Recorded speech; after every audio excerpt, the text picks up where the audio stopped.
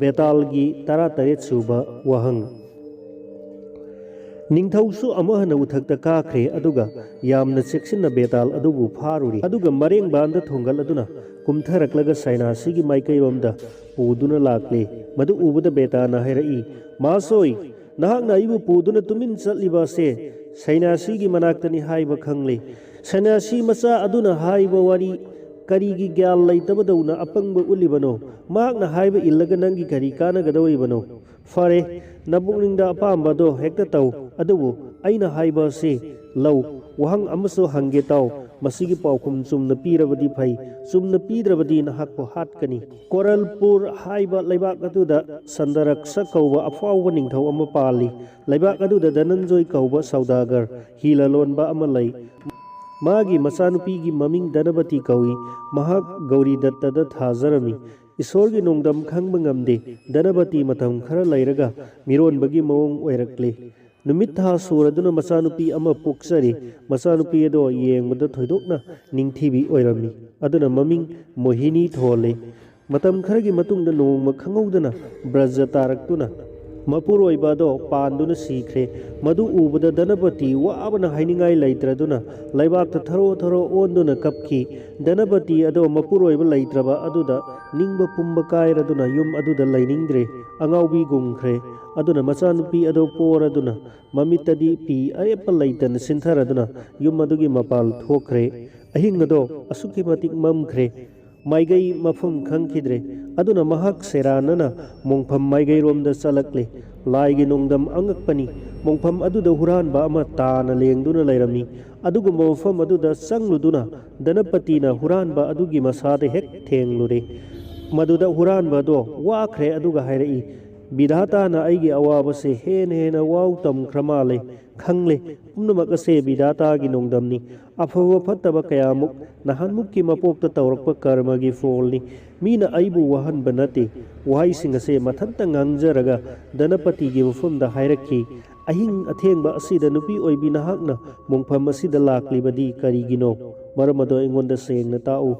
danapati na hairai aihak awa nungsina dehe ase sakthekladuna isanupi pisakse puduna arapa leibakta chatkrage laklibani aigi asengba nangonda taklaga kari kanagadage aingonda hanglaiba nahakuna kanano huranbana khumlai aibudi fataba mini aina tawjaba karmagi matung inna haujik tana lenglaba asi fawba siba ngamdaduna lairibani danapatina tana lenglaba fawba sidribadi karigino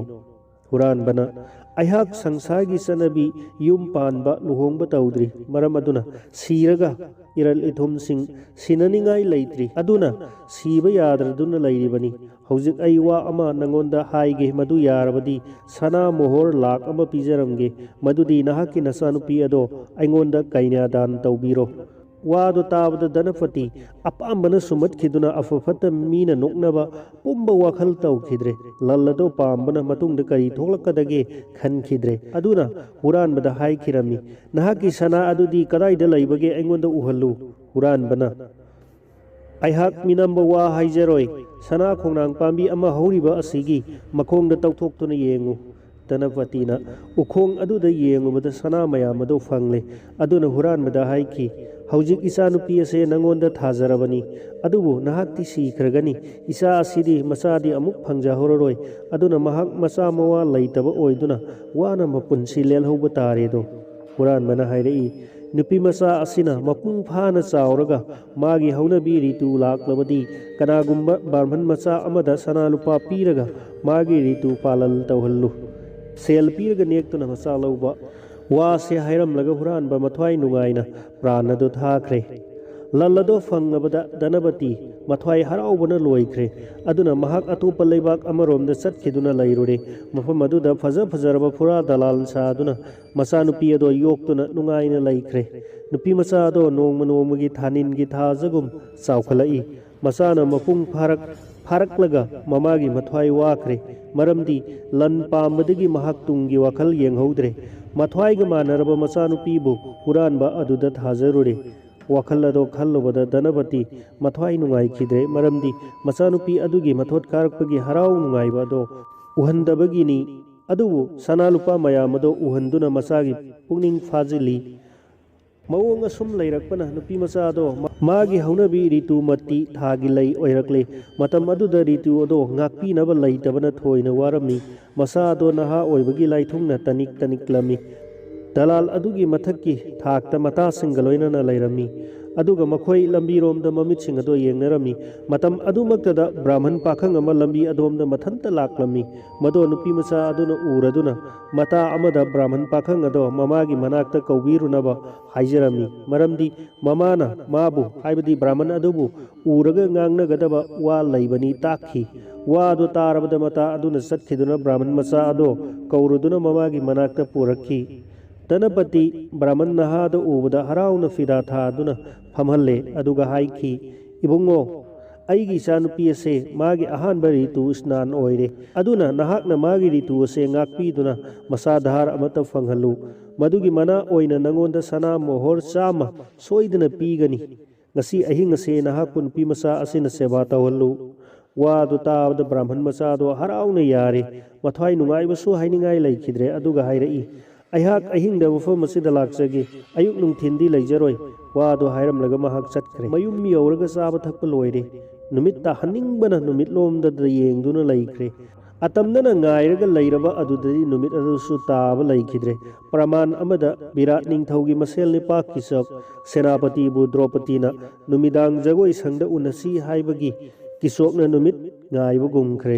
ꯋꯥꯅ ꯉꯥꯏꯔꯕ ꯇꯨꯡꯗ ꯑꯉꯥꯟꯕ ꯇꯥꯈꯤꯗꯨꯅ ꯑꯃꯝꯕ ꯂꯥꯛꯂꯦ꯫ ꯃꯗꯨ ꯎꯔꯕꯗ ꯊꯤꯟꯊꯗꯅ ꯅꯨꯄꯤ ꯃꯆꯥ ꯑꯗꯨꯒꯤ ꯃꯅꯥꯛꯇ ꯆꯠꯈꯤꯗꯨꯅ ꯊꯨꯡꯈ꯭ꯔꯦ꯫ ꯅꯨꯄꯤ ꯃꯆꯥ ꯑꯗꯨꯁꯨ ꯕ꯭ꯔꯥꯍ꯭ꯃꯟ ꯃꯆꯥꯗꯣ ꯐꯪꯂꯕꯗ ꯃꯊ꯭ꯋꯥꯏ ꯍꯔꯥꯎꯔꯦ꯫ ꯑꯌꯥꯝꯕ ꯕꯦꯕꯍꯥꯔꯒ ꯂꯣꯏꯅꯅ ꯃꯐꯝ ꯆꯥꯅ ꯐꯝꯍꯟꯗꯨꯅ ꯑꯆꯥ ꯑꯊꯛ ꯀꯌꯥ ꯄꯨꯊꯣꯛꯇꯨꯅ ꯁꯦꯕꯥ ꯇꯧꯖꯈꯤ꯫ ꯃꯅꯝ ꯅꯨꯡꯁꯤꯔꯕ ꯆꯟꯗꯟ ꯑꯃꯗꯤ ꯊꯥꯎ ꯄꯨꯔꯛꯇꯨꯅ ꯇꯩꯔꯔꯦ꯫ ꯑꯗꯨꯒ ꯁꯅꯥ ꯃꯣꯍꯣꯔ 100 ꯂꯧꯊꯣꯛꯎꯗꯨꯅ ꯕ꯭ꯔꯥꯍ꯭ꯃꯟ ꯑꯗꯨꯗ ꯗꯈꯤꯅꯥ ꯀꯠꯂꯦ꯫ ꯕ꯭ꯔꯥꯍ꯭ꯃꯟ ꯑꯗꯣ ꯅꯨꯡꯉꯥꯏꯅ ꯑꯍꯤꯡ ꯑꯗꯨ ꯂꯦꯜꯂꯦ꯫ ꯅꯣꯡꯉꯥꯜꯂꯒ ꯃꯌꯨꯝ ꯍꯟꯈ꯭ꯔꯦ꯫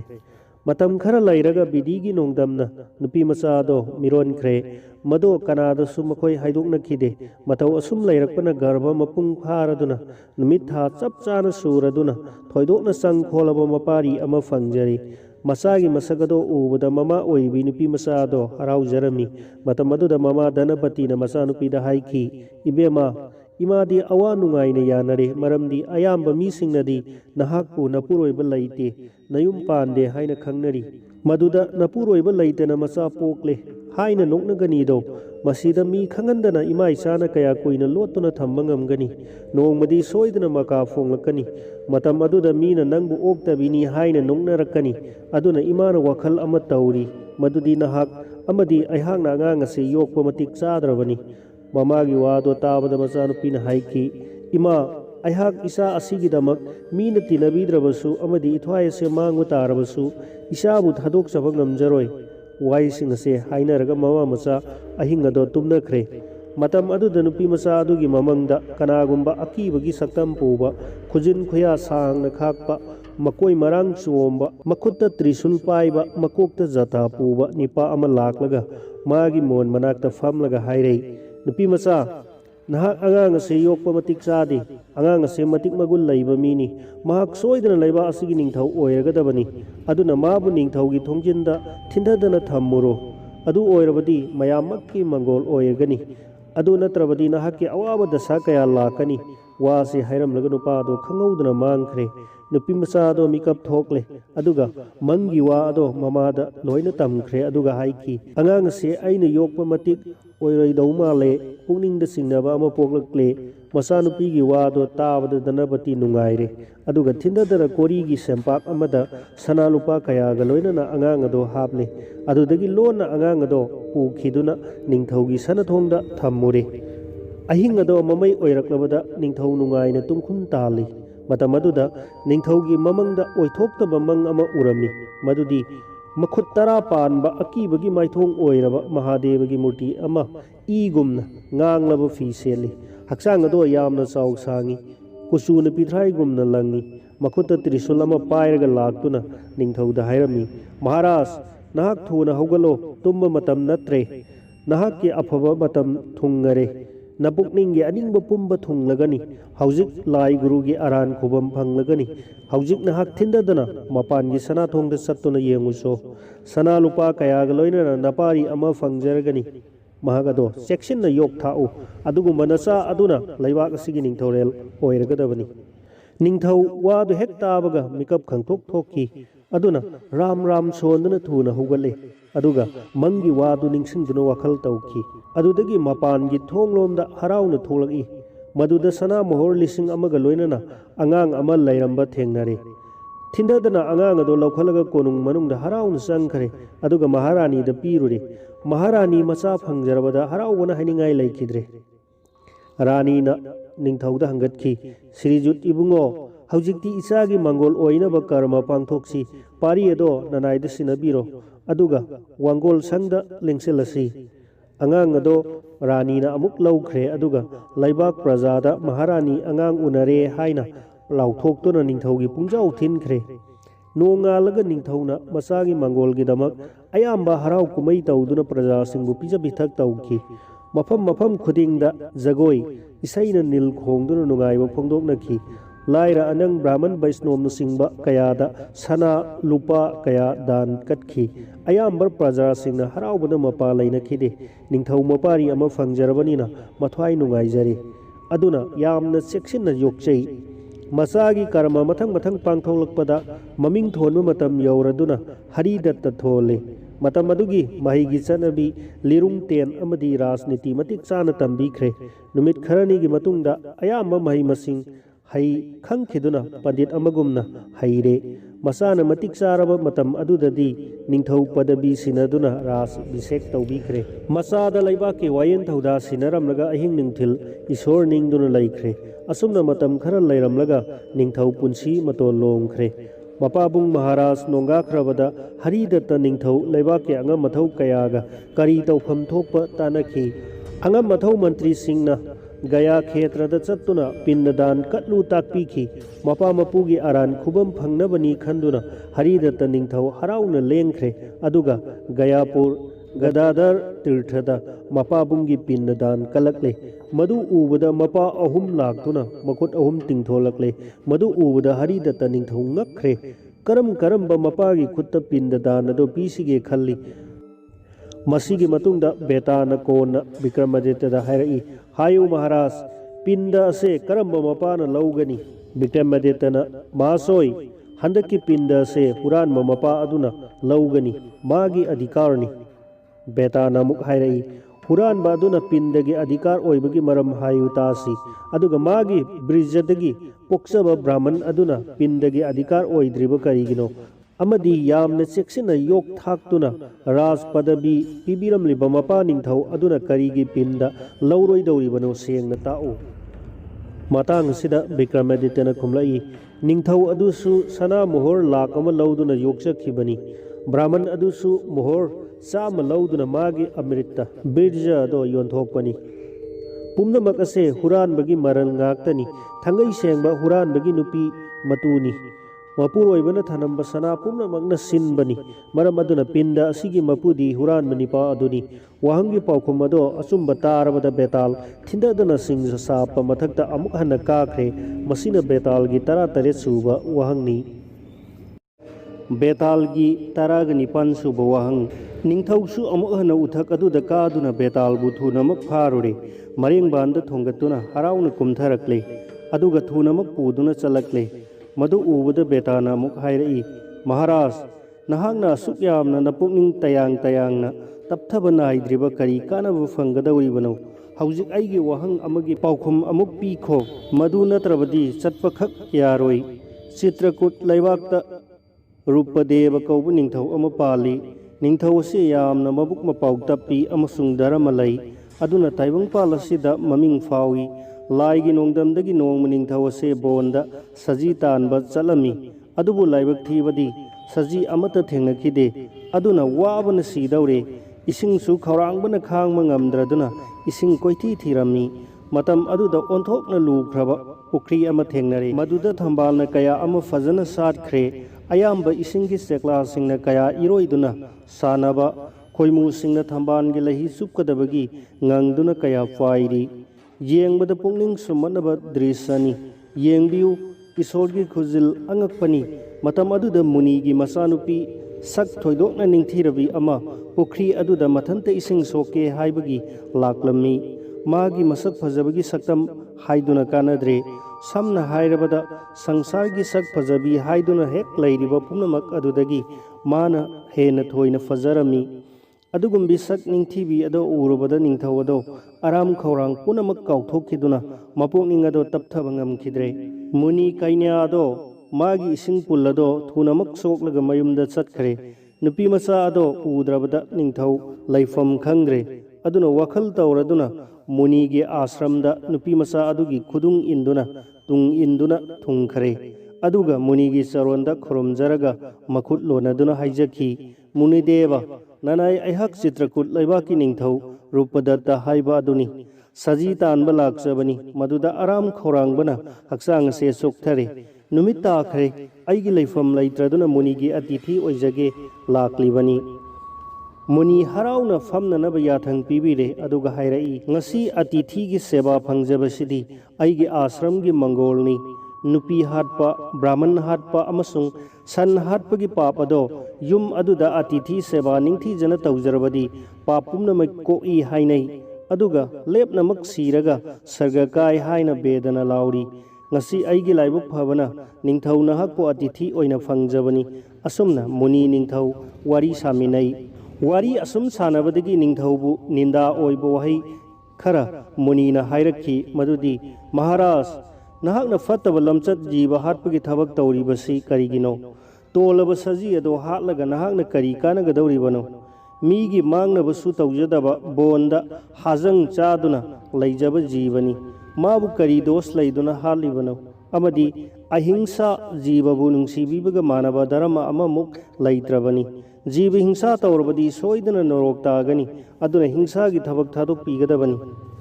muni gi wadu tabada ningthaudo ikairami aduga haijarakhi muni deva dharma adharma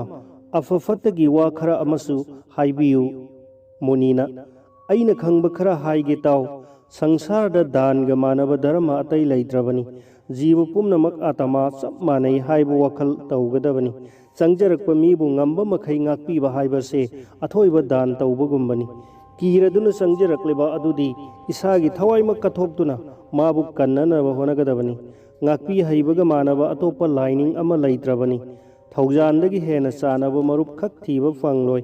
dharmaga manana sana tinaba mapa laitabani dharma laiba pandit oiba mi singna atopagi mateng panggadabani ipot hundoklaga mipot pamba khak haunade haina khrabada thabak ado ngamba makhai pangthoknaba honagadabani adugumba mi adudi siraga jom unaba muk mathau tadre ningthau oirabasu prajabu ngak sinbidraba minamduna migi mapot lauraga amadi tha manga dagi hena miro laba nupibu rati kiya tinaraba madugi pap adudi haiduna loiba ngamba natre aduna maharaj papi oiba mi sing adudi soidana mak norokta chatkani ningthauna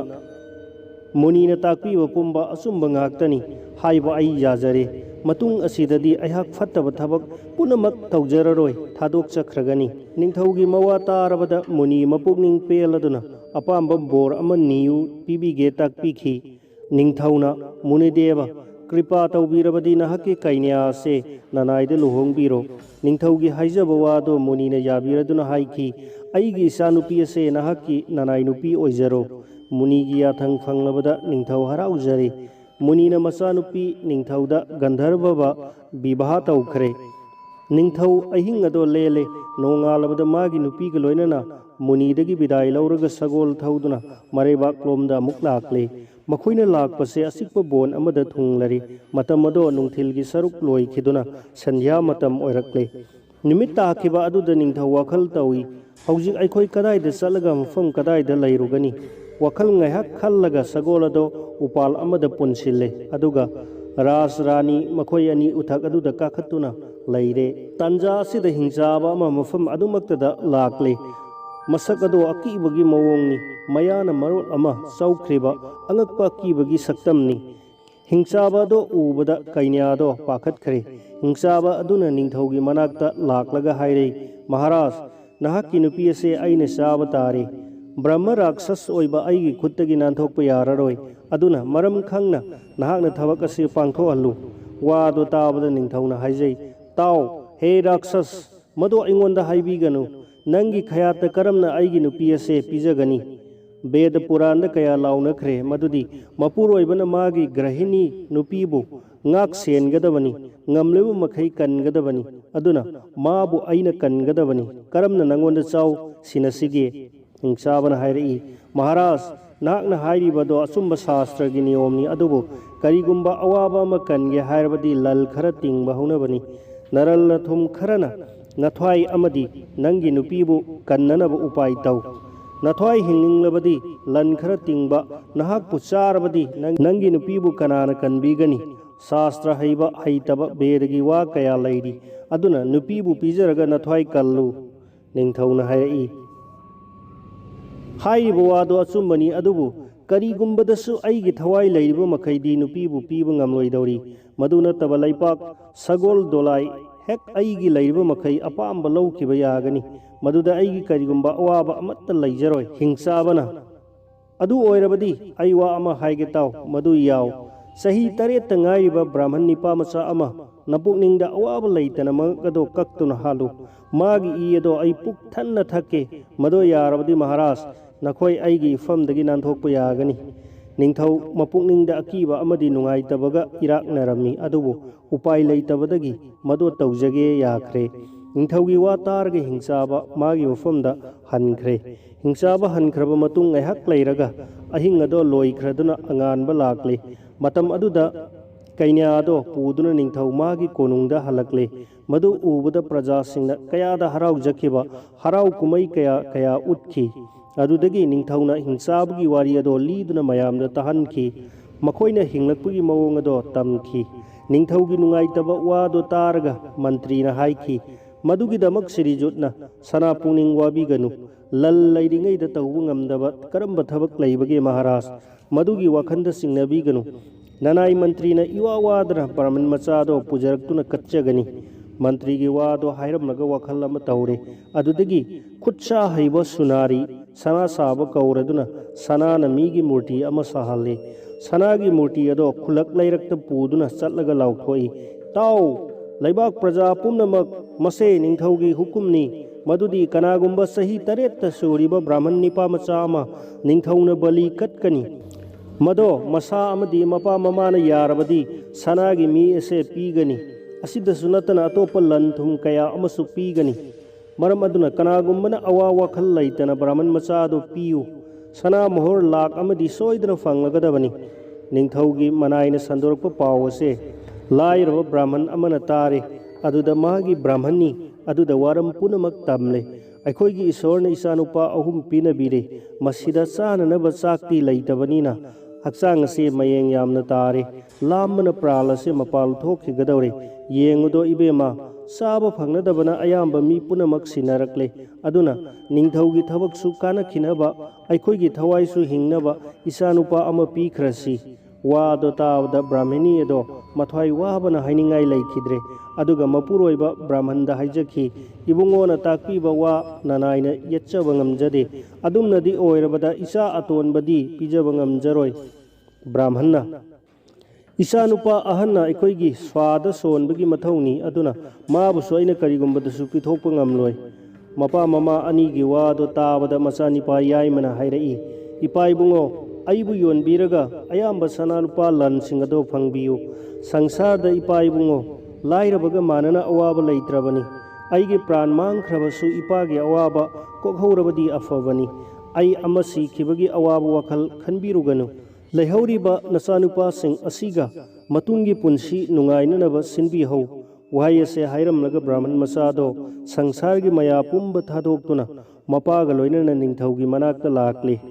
निंगथौना ब्राह्मण मचादो फंगलबदा सनाना साबा मी अमसुंग अतै अतोप लनथुम कया पीबिरमी सना लुपा यामना फंगलबदा ब्राह्मणदो मचागी नुंसीबा खंगदना हराउना मयुमदा चटखरे मतमदुदा राक्षस हिंसाबदो निंगथौगी मनाक्ता लाक्तुना थुंगरे हिंसाबदो उरबदा निंगथौना व्यवहारगा लोइनना फमहले अदुगा मनम नुंसीरबा थावना चिंगबा पुथोक्तुना ब्राह्मण मचा अदुदा तैबीरे अदुदगी असेंगबा इसिंगदा इरुजबीरे अदुगा निंगथीजरबा फिजोल सेटपीरे मनम नुंसीरबा संदोन थिनबीरे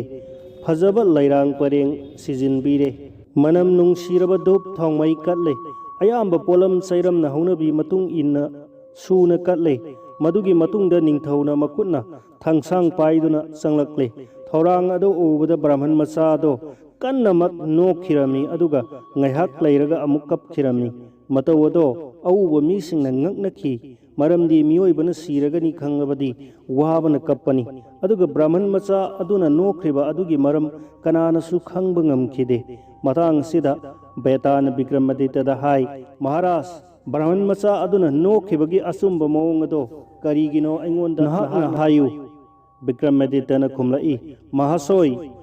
ꯋꯥꯍꯪꯒꯤ ꯑꯔꯦꯞꯄ ꯄꯥꯎꯈꯨꯝ ꯀꯌꯥ ꯅꯉꯣꯟꯗ ꯍꯥꯏꯖꯈ꯭ꯔꯦ ꯍꯧꯖꯤꯛꯁꯨ ꯇꯥꯕꯤꯌꯨ ꯕ꯭ꯔꯥꯍꯃꯟ ꯃꯆꯥ ꯑꯗꯨꯅ ꯁꯤꯔꯝꯗꯥꯏ ꯑꯗꯨꯗ ꯈꯟꯈꯤ ꯑꯉꯥꯡ ꯑꯣꯏꯔꯤꯉꯩ ꯃꯇꯝꯗ ꯏꯃꯥ ꯏꯄꯥꯅ ꯃꯆꯥꯅꯤ ꯍꯥꯏꯗꯨꯅ ꯂꯨꯅ ꯌꯣꯛꯄꯤꯈꯤ ꯑꯗꯨꯗꯒꯤ ꯂꯧꯁꯤꯡ ꯒ꯭ꯌꯥꯟ ꯂꯩꯅꯅꯕ ꯏꯃꯥꯅ ꯑꯃꯨꯛꯁꯨ ꯌꯣꯛꯄꯤꯔꯦ ꯑꯗꯨꯗꯒꯤ ꯃꯊꯣꯠ ꯀꯥꯔꯛꯄ ꯃꯇꯝ ꯑꯁꯤꯗ ꯑꯩꯅ ꯅꯤꯡꯊꯧꯕꯨ ꯀꯟꯒꯗꯧꯔꯤ ꯑꯩꯕꯨꯗꯤ ꯀꯟꯕꯤꯅꯅꯕ ꯖꯤꯕ ꯑꯃꯠꯇ ꯁꯪꯁꯥꯔ ꯑꯁꯤꯗ ꯂꯩꯔꯔꯣꯏ ꯏꯄꯥꯅ ꯂꯟ ꯄꯥꯝꯕꯅ ꯑꯩꯕꯨ ꯌꯣꯟꯊꯣꯛꯂꯝꯕꯅꯤꯅ ꯑꯩꯒꯤ ꯎꯄꯥꯏ ꯂꯩꯇ꯭ꯔꯦ ꯍꯧꯖꯤꯛ ꯅꯤꯡꯊꯧꯅ ꯃꯈꯨꯠꯃꯛꯅ ꯊꯥꯡ ꯄꯥꯏꯗꯨꯅ ꯂꯥꯛꯂꯦ ꯏꯁꯣꯔꯅ ꯑꯩꯕꯨ ꯕꯂꯤ ꯀꯠꯂꯒ ꯄꯦꯟꯕ ꯑꯣꯏꯒꯗꯧꯔꯤ ꯃꯇꯝ ꯑꯁꯤꯗ ꯑꯩꯕꯨ ꯀꯟꯕꯤꯒꯗꯕ ꯃꯔꯨꯞ ꯀꯅꯥ ꯂꯩꯔꯤꯕꯒꯦ ꯋꯥꯈꯜ ꯑꯗꯣ ꯈꯜꯂꯨꯕꯗ ꯕ꯭ꯔꯥꯍꯃꯟ ꯃꯆꯥ ꯑꯗꯣ ꯃꯊ꯭ꯋꯥꯏ ꯋꯥꯈꯤꯔꯝꯃꯤ ꯃꯔꯝ ꯑꯗꯨꯅ ꯍꯟꯗꯛ ꯃꯥꯅ ꯅꯣꯛꯄ ꯑꯁꯦ ꯍꯔꯥꯎ ꯃꯤꯅꯣꯛ ꯅꯠꯇ꯭ꯔꯦ ꯑꯋꯥꯕꯒꯤ ꯃꯤꯅꯣꯛꯅꯤ ꯃꯤꯑꯣꯏꯕ ꯑꯁꯦ ꯅꯨꯡꯉꯥꯏꯃꯜꯂꯕꯁꯨ ꯀꯞꯄ ꯑꯃꯗꯤ ꯋꯥꯃꯜꯂꯕꯁꯨ ꯅꯣꯛꯄ ꯃꯑꯣꯡ ꯑꯗꯨꯅꯤ ꯋꯥꯗꯣ ꯍꯦꯛ ꯇꯥꯕꯗ ꯕꯦꯇꯥꯜ ꯍꯔꯥꯎꯕꯗ ꯃꯄꯥ ꯂꯩꯈꯤꯗ꯭ꯔꯦ ꯑꯗꯨꯅ ꯑꯃꯨꯛ ꯍꯟꯅ ꯁꯤꯡ ꯆꯥꯞꯄ ꯕ꯭ꯔꯤꯛꯁꯗ ꯀꯥꯈ꯭ꯔꯦ ꯅꯤꯡꯊꯧꯒꯤ ꯑꯆꯨꯝꯕ ꯄꯥꯎꯈꯨꯝ ꯑꯗꯣ ꯇꯥꯔꯕ ꯕꯦꯇꯥꯜ ꯍꯔꯥꯎꯕꯗ ꯃꯄꯥ ꯂꯩꯈꯤꯗꯦ ꯑꯗꯨꯅ ꯑꯃꯨꯛ ꯍꯟꯅ ꯁꯤꯡ ꯆꯥꯞꯄ ꯕ꯭ꯔꯤꯛꯁꯗ ꯀꯥꯈꯤꯔꯝꯃꯤ ꯃꯁꯤꯅ ꯕꯦꯇꯥꯜꯒꯤ 19 ꯁꯨꯕ ꯋꯥꯍꯪ ꯃꯇꯥꯡꯁꯤꯗ ꯂꯣꯏꯖꯔꯦ ꯕꯦꯇꯥꯜꯒꯤ 19 ꯁꯨꯕ ꯋꯥꯍꯪ ꯅꯤꯡꯊꯧ ꯕꯤꯀ꯭ꯔꯃꯥꯗꯤꯇ꯭ꯌꯁꯨ ꯑꯃꯨꯛ ꯍꯟꯅ ꯎꯊꯛꯇ ꯀꯥꯈꯠꯈ꯭ꯔꯦ ꯑꯗꯨꯒ ꯑꯃꯨꯛ ꯑꯁꯤꯕꯒꯤ ꯃꯁꯛ ꯑꯣꯏꯔꯕ ꯕꯦꯇꯥꯜ ꯑꯗꯨ ꯐꯥꯔꯨꯔꯦ ꯑꯗꯨꯗꯒꯤ ꯃꯔꯦꯡꯕꯥꯟꯗ ꯑꯁꯤꯕ ꯍꯛꯆꯥꯡ ꯑꯗꯨ ꯊꯣꯡꯒꯠꯇꯨꯅ ꯃꯈꯥꯗ ꯀꯨꯝꯊꯔꯛꯂꯒ ꯁꯩꯅ꯭ꯌꯥꯁꯤꯒꯤ ꯃꯅꯥꯛꯂꯣꯝꯗ ꯆꯠꯂꯛꯂꯦ ꯃꯗꯨꯗ ꯕꯦꯇꯥꯅ ꯕꯤꯀ꯭ꯔꯃꯥꯗꯤꯇ꯭ꯌꯗ ꯍꯥꯏꯔꯛꯏ ꯃꯍꯥꯔꯥꯖ ꯑꯩꯍꯥꯛ ꯋꯥꯍꯪ ꯑꯃꯁꯨ ꯍꯥꯏꯒꯦ ꯇꯥꯎ ꯕꯤꯁꯥꯜꯄꯨꯔꯤ ꯀꯧꯕ ꯁꯍꯔ ꯑꯃ ꯂꯩꯔꯝꯃꯤ ꯃꯐꯝ ꯑꯗꯨꯗ ꯕꯤꯄꯨꯂꯦꯁꯣꯔ ꯀꯧꯕ ꯅꯤꯡꯊꯧ ꯑꯃ ꯄꯥꯜꯂꯝꯃꯤ ꯗꯟꯅꯗꯠꯇ ꯀꯧꯕ ꯏꯅꯥꯛ ꯈꯨꯟꯕ ꯂꯂꯣꯟꯕ ꯅꯤꯄꯥ ꯑꯃꯁꯨ ꯂꯩꯔꯝꯃꯤ ꯃꯥꯒꯤ ꯃꯆꯥꯅꯨꯄꯤ ꯑꯅꯪꯒ ꯃꯟꯖꯨꯔꯤ ꯀꯧꯕꯤ ꯑꯃ ꯂꯩ ꯃꯅꯤꯂꯥꯜ ꯀꯧꯕ ꯑꯇꯣꯞꯄ ꯏꯅꯥꯛ ꯈꯨꯟꯕꯒꯤ ꯃꯆꯥꯅꯤꯄꯥ ꯑꯃꯁꯨ ꯂꯩ ꯃꯈꯣꯏ ꯑꯅꯤ ꯍꯥꯏꯕꯗꯤ ꯑꯅꯪꯒ ꯃꯟꯖꯨꯔꯤ ꯃꯅꯤꯂꯥꯜꯗ ꯂꯨꯍꯣꯡꯂꯝꯃꯤ ꯃꯇꯨꯡ ꯅꯨꯃꯤꯠ ꯈꯔꯅꯤ ꯂꯩꯔꯒ ꯃꯅꯤꯂꯥꯜ ꯂꯂꯣꯟꯕ ꯃꯤꯔꯩꯕꯥꯛꯇ ꯆꯠꯈꯤꯔꯝꯃꯤ ꯃꯅꯤꯂꯥꯜ ꯂꯪꯐꯩꯗ ꯃꯇꯝ ꯈꯔ ꯀꯨꯏꯅ ꯂꯩꯈꯤꯔꯝꯃꯤ ꯑꯅꯪꯒ ꯃꯟꯖꯨꯔꯤ ꯃꯄꯨꯡ ꯐꯥꯔꯕꯤ ꯅꯨꯖꯥ ꯑꯃꯅꯤ ꯅꯣꯡꯃ ꯑꯅꯪꯒ ꯃꯟꯖꯨꯔꯤ ꯗꯣꯂꯥꯜꯒꯤ ꯃꯊꯛꯇ ꯐꯝꯗꯨꯅ ꯂꯝꯕꯤꯔꯣꯝꯗ ꯌꯦꯡꯂꯝꯃꯤ ꯃꯇꯝ ꯑꯗꯨꯗ ꯀꯝꯂꯥꯀꯔ ꯀꯧꯕ ꯕ꯭ꯔꯥꯍꯃꯟ ꯃꯆꯥ ꯄꯥꯈꯪ ꯑꯃ ꯂꯝꯕꯤ ꯑꯗꯨꯗ ꯂꯥꯛꯂꯝꯃꯤ ꯃꯈꯣꯏ ꯑꯅꯤ ꯃꯥꯌꯣꯛꯅꯅ ꯃꯤꯠꯆꯥꯟꯅꯔꯝꯃꯤ ꯍꯦꯛ ꯎꯅꯕ ꯑꯗꯨꯗ ꯃꯈꯣꯏ ꯑꯅꯤꯃꯛ ꯃꯄꯨꯛꯅꯤꯡꯁꯤꯡ ꯑꯗꯣ ꯁꯨꯝꯍꯠꯅꯔꯝꯃꯤ ꯈꯪꯍꯧꯗꯅ ꯃꯈꯣꯏ ꯑꯅꯤ ꯅꯨꯡꯁꯤ ꯃꯩꯆꯥꯛ ꯐꯥꯎꯈꯤꯔꯝꯃꯤ ꯑꯗꯨꯕꯨ ꯕ꯭ꯔꯥꯍꯃꯟ ꯄꯥꯈꯪ ꯑꯗꯣ ꯉꯥꯏꯍꯥꯛ ꯃꯤꯠꯆꯥꯟꯅꯔꯝꯂꯒ ꯃꯊ꯭ꯋꯥꯏ ꯅꯨꯡꯉꯥꯏꯇꯅ ꯃꯌꯨꯝꯗ ꯍꯟꯈꯤꯔꯝꯃꯤ ꯑꯗꯨꯒ ꯑꯅꯪꯒ ꯃꯟꯖꯨꯔꯤ ꯑꯗꯨꯁꯨ ꯋꯥꯅ ꯃꯌꯨꯝꯗ ꯑꯗꯨꯝ ꯂꯩꯍꯧꯏ ꯕ꯭ꯔꯥꯍꯃꯟ ꯃꯆꯥ ꯑꯗꯨꯅ ꯃꯌꯨꯝ ꯌꯧꯔꯒ ꯃꯥꯒꯤ ꯃꯔꯨꯞ ꯑꯃꯗ ꯊꯧꯗꯣꯛ ꯑꯗꯣ ꯇꯝꯈꯤ ꯑꯩꯍꯥꯛ ꯅꯨꯄꯤ ꯃꯆꯥ ꯑꯗꯣ ꯎꯔꯨꯕꯗꯒꯤ ꯊꯃꯣꯏ ꯀꯥꯏꯈ꯭ꯔꯦ ꯍꯛꯆꯥꯡ ꯑꯁꯦ ꯇꯞꯊꯕ ꯉꯝꯗ꯭ꯔꯦ ꯇꯅꯤꯛꯂꯦ ꯀꯥꯝꯒꯤ ꯇꯦꯟꯅ ꯄꯥꯟꯗꯨꯅ ꯗꯤꯍꯦ ꯑꯁꯦ ꯄꯨꯕ ꯉꯝꯗ꯭ꯔꯦ ꯀꯔꯤꯒꯤꯗꯃꯛ ꯑꯩꯅ ꯑꯁꯨꯛ ꯌꯥꯝꯅ ꯅꯨꯡꯁꯤ ꯃꯩꯁꯥ ꯂꯥꯡꯂꯤꯕꯅꯣ ꯋꯥꯗꯣ ꯇꯥꯕꯗ ꯃꯔꯨꯞ ꯑꯗꯨꯅ ꯕ꯭ꯔꯥꯍꯃꯟ ꯃꯆꯥ ꯑꯗꯨ ꯅꯤꯡꯊꯤꯅ ꯐꯝꯍꯜꯂꯦ ꯑꯗꯨꯒ ꯃꯅꯝ ꯅꯨꯡꯁꯤꯔꯕ ꯊꯥꯎꯅꯆꯤꯡꯕ ꯑꯗꯣ ꯃꯁꯥꯗ ꯇꯩꯕꯤꯔꯦ ꯑꯗꯨꯒ ꯏꯪꯈ꯭ꯔꯕ ꯏꯁꯤꯡ ꯈꯔ ꯄꯨꯔꯛꯇꯨꯅ ꯄꯤꯔꯦ ꯑꯒꯨꯔꯨ ꯆꯟꯗꯟꯅꯆꯤꯡꯕ ꯄꯨꯔꯛꯇꯨꯅ ꯃꯁꯥꯗ ꯇꯩꯕꯤ ꯅꯥꯟꯊꯕꯤꯔꯦ ꯑꯗꯨ ꯑꯣꯏꯔꯕ ꯐꯥꯎꯕꯗ ꯕ꯭ꯔꯥꯍꯃꯟ ꯃꯆꯥ ꯑꯁꯦ ꯑꯃꯠꯇ ꯃꯁꯥꯗꯣ ꯏꯪꯊꯕ ꯉꯝꯗ꯭ꯔꯦ ꯃꯁꯥꯗꯣ ꯑꯍꯣꯏꯅꯅ ꯅꯨꯡꯁꯤ ꯃꯩꯆꯥꯛ ꯍꯦꯟꯈ꯭ꯔꯦ ꯀꯅꯥꯒꯤ ꯆꯟꯗꯣꯟ ꯅꯨꯡꯗꯣꯟ ꯀꯔꯤ ꯑꯃꯠꯇ ꯃꯉꯣꯟꯗ ꯀꯥꯟꯅꯈꯤꯗ꯭ꯔꯦ ꯕ꯭ꯔꯥꯍꯃꯟ ꯀꯝꯂꯥꯀꯔ ꯆꯤꯡꯅꯕ ꯑꯃ ꯄꯣꯛꯂꯦ ꯑꯁꯨꯝꯅ ꯋꯥꯅ ꯈꯥꯡꯈꯤ ꯃꯍꯥꯛ ꯑꯁꯣꯝꯗꯁꯨ ꯑꯅꯪꯒ ꯃꯟꯖꯨꯔꯤ ꯑꯗꯣ ꯃꯁꯛ ꯐꯖꯈ꯭ꯔꯕ ꯕ꯭ꯔꯥꯍꯃꯟ ꯄꯥꯈꯪ ꯑꯗꯣ ꯎꯔꯨꯕꯗ ꯅꯨꯡꯁꯤ ꯃꯩꯆꯥꯛꯅ ꯃꯁꯥ ꯑꯗꯣ ꯑꯋꯥ ꯄꯣꯊꯥꯕ ꯉꯝꯂꯝꯗꯦ ꯅꯨꯡꯁꯤ ꯃꯩꯁꯥ ꯈꯥꯡꯕ ꯋꯥꯔꯦ ꯋꯥꯈꯜ ꯃꯦꯟ ꯇꯥꯗ꯭ꯔꯦ ꯅꯨꯡꯁꯤ ꯃꯩꯆꯥꯛꯅ ꯍꯦꯟꯖꯤꯜꯂꯛꯇꯨꯅ ꯃꯊꯟꯇ ꯀꯥꯝ ꯀꯧꯕ ꯂꯥꯏꯕు ꯅꯤꯟꯗꯥ ꯇꯧꯔꯝꯃꯤ ꯍꯦ ꯀꯥꯝ ꯀꯧꯕ ꯂꯥꯏ ꯅꯍꯥꯛ ꯑꯁꯦ ꯑꯣꯛꯅꯔꯕ ꯃꯤ ꯃꯍꯥꯛ ꯑꯗꯣ ꯑꯐ ꯐꯠꯇ ꯍꯦꯛꯇ ꯈꯪꯍꯟꯗꯦ ꯃꯗꯨꯒꯤ ꯃꯍꯩꯅ ꯃꯤꯑꯣꯏꯕꯗ ꯇꯝꯊꯤꯔꯕ ꯑꯋꯥꯕ ꯑꯃ ꯍꯦꯛ ꯄꯤ ꯅꯍꯥꯛ ꯑꯁꯦ ꯑꯣꯟꯊꯣꯛꯅ ꯊꯧꯖꯥꯜ ꯂꯩꯇꯦꯗ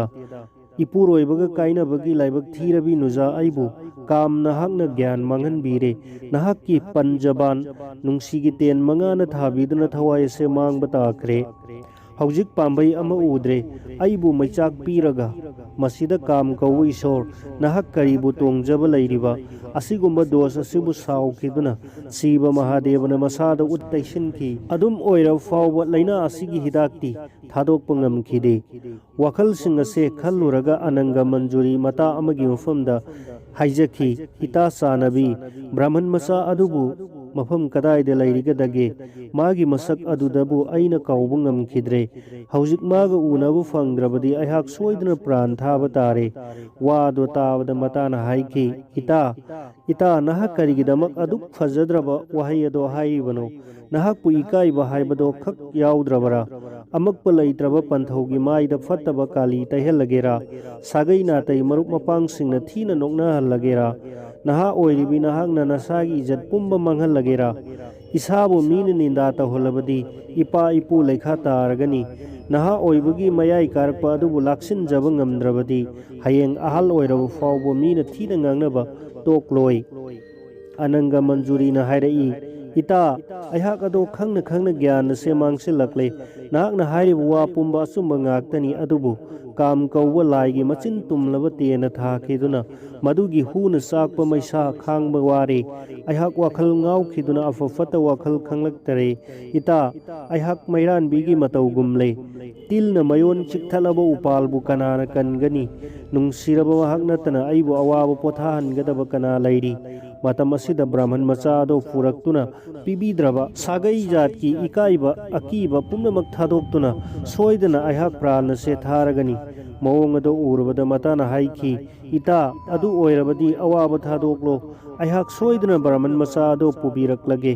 अवा वाखल थादोक्लो वासे हाइरमलगा मतादो अतोप मथौ अमदा मपुकनिंग अमुक चंखरे मताना कया थौसादबा मओंग अदो उबदा अनंगा मंजूरी निंगबा पुनमक काइदुना सीरगे चप युंगना खल्ले अदुना थौरी यालगे थौरांखरे मतम अदुमक्तदा अमुक मतादो मनाक्ता लाक्लम्मी अनंगा मंजूरीगी थौरांग अदो ngakkhraduna हाइखी करिनो इता नहाकना तौरिबसिबो अइगी वा अमुक्ता ताखो अइना सोइदना पुबीरक्लगे सीखिगनु हाइबनी थौरी अदो मताना मुंदुना लौथोक्लम्मी अदुदगी ब्राह्मण मचादो कौरुनबा चटख्रे ब्राह्मण कमलाकर अदुसु निंगबा थुंगद्रदुना लफुरा अमा थादुना तुमदुना लैरम्मी मसा अदुदी मनम नुंसीबा चंदोना लैतेंग ओइरदुना ओना थोइना खांगलम्मी मतम अदुदा दुती अदो लाक्तुना हाइखी अयहाक अनंगा मंजूरीना थारकपनी नहाककी वाखंदा महाक ngauduna लैहोरे दुतीगी वादो तारगा ब्राह्मण कमलाकरना हाइखी अइगी दशा से मंगोंदा सुथोक्लबोइरे दुतीना हाइ हौजिक अतोपा अमा ngang मतम मांगहनबा कानद्रे अखोइना करिगुम्बा पंथरबदी महाक सीबना हालमलगनी दुतीगी मवा तारबा अदुददी कमलाकर ब्राह्मण अदो थिंथदना साखी मतारोय अदुगा लोइनना लाक्लम्मी असोमदा अनंगा मंजूरी मतागी वादो तात ओइरबोय निंगदुना मसादो ज्ञान ताद्रे अदुना मागी पुंसी अदो निंगबा थुंगदबगीदमक पुंसी अदो पिखमनख्रे मान ताइबंग थादोक्लमदाइदा खंजखी हयेंग मुक्की लांगोंदा ब्राह्मण मचादो इपुरोइबा ओइना फंगजगे वखल अदो तौना अनंगा मंजूरी प्राण थाख्रे अनंगा मंजूरी ने सीखरबा मतुंगदा ब्राह्मण मचादो थुंगलरे मदुदा मान नुंसीजरबी अदुना मसुंगलांगीदमक सिरंबदो उबदा मसादो लैफुम खंगदना मैचाक पिरम्मी कायना मैचाक खांगबा ngamद्रदुना महाक देवीगी चरोंदा चंगलगा प्रार्थना तौखी हे इमा भगवती अइगी निंगबा से मपोक असिदा थुंगबा ngamद्रबनीना हयेंग मुक्की मपोकता अनंगा मंजूरी असे अइगी खोंगलोय ओइजगे को वखल असे खलमलगा ब्राह्मण मचा अदुसु अरोइबा पुंसी बिदाय लौख्रे अनंगा मंजूरीगीदमक वादुना कमलाकर ब्राह्मण अदुसु सिदोख्रे थौदो असे अताबा औबा मी पुनमक ngangnakhirammi मखोय अनि अदो कुफांग चंदुना पोलोइसी हाइदुना मयामना थौरांग तौख्रे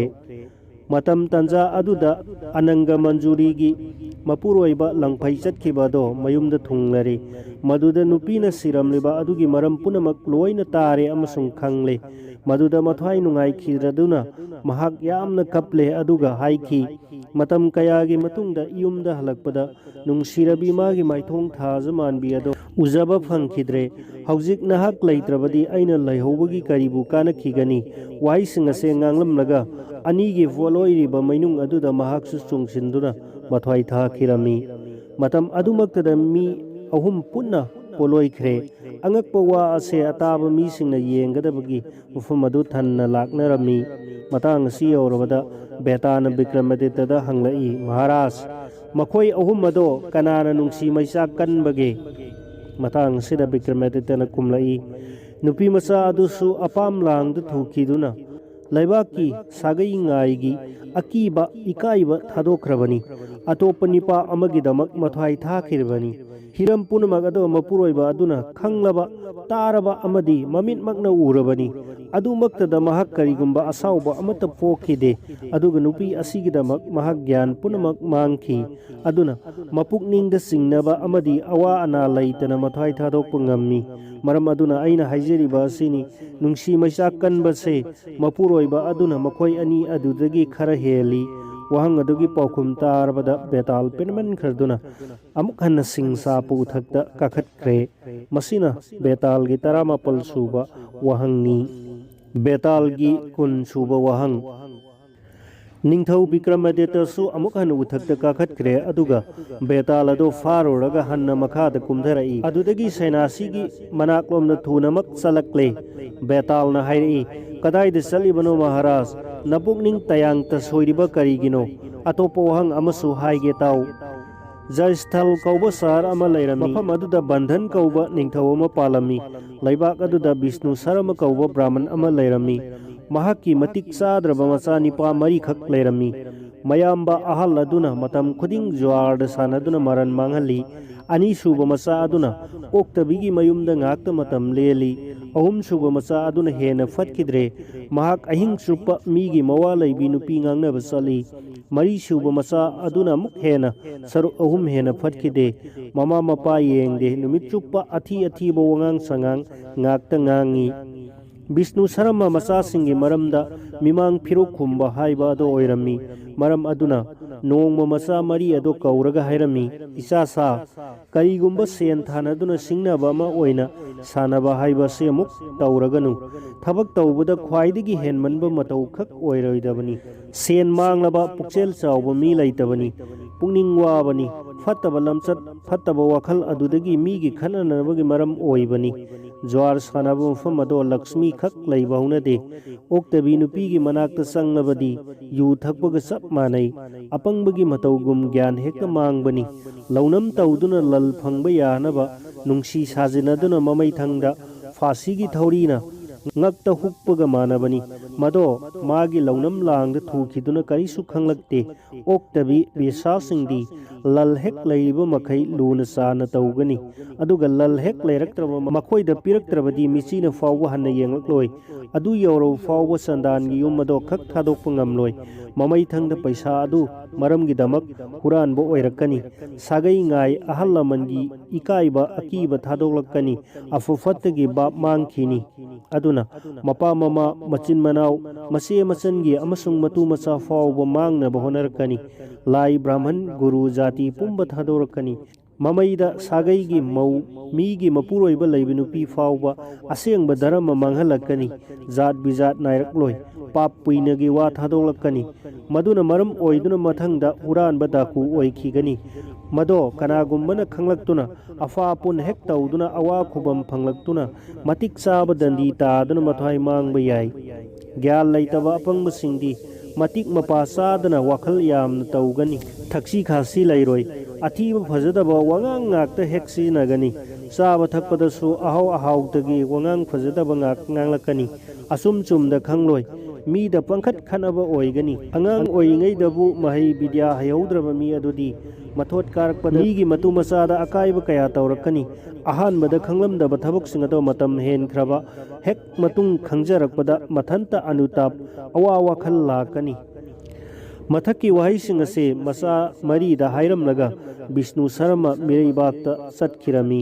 ꯃꯄꯥꯒꯤ ꯋꯥꯍꯩꯁꯤꯡ ꯑꯗꯨ ꯇꯥꯔꯒ ꯅꯤꯡꯕ ꯀꯥꯏꯔꯗꯨꯅ ꯃꯆꯤꯟ ꯃꯅꯥꯎ ꯃꯈꯣꯏ ꯃꯔꯤ ꯋꯥ ꯇꯥꯅꯩ꯫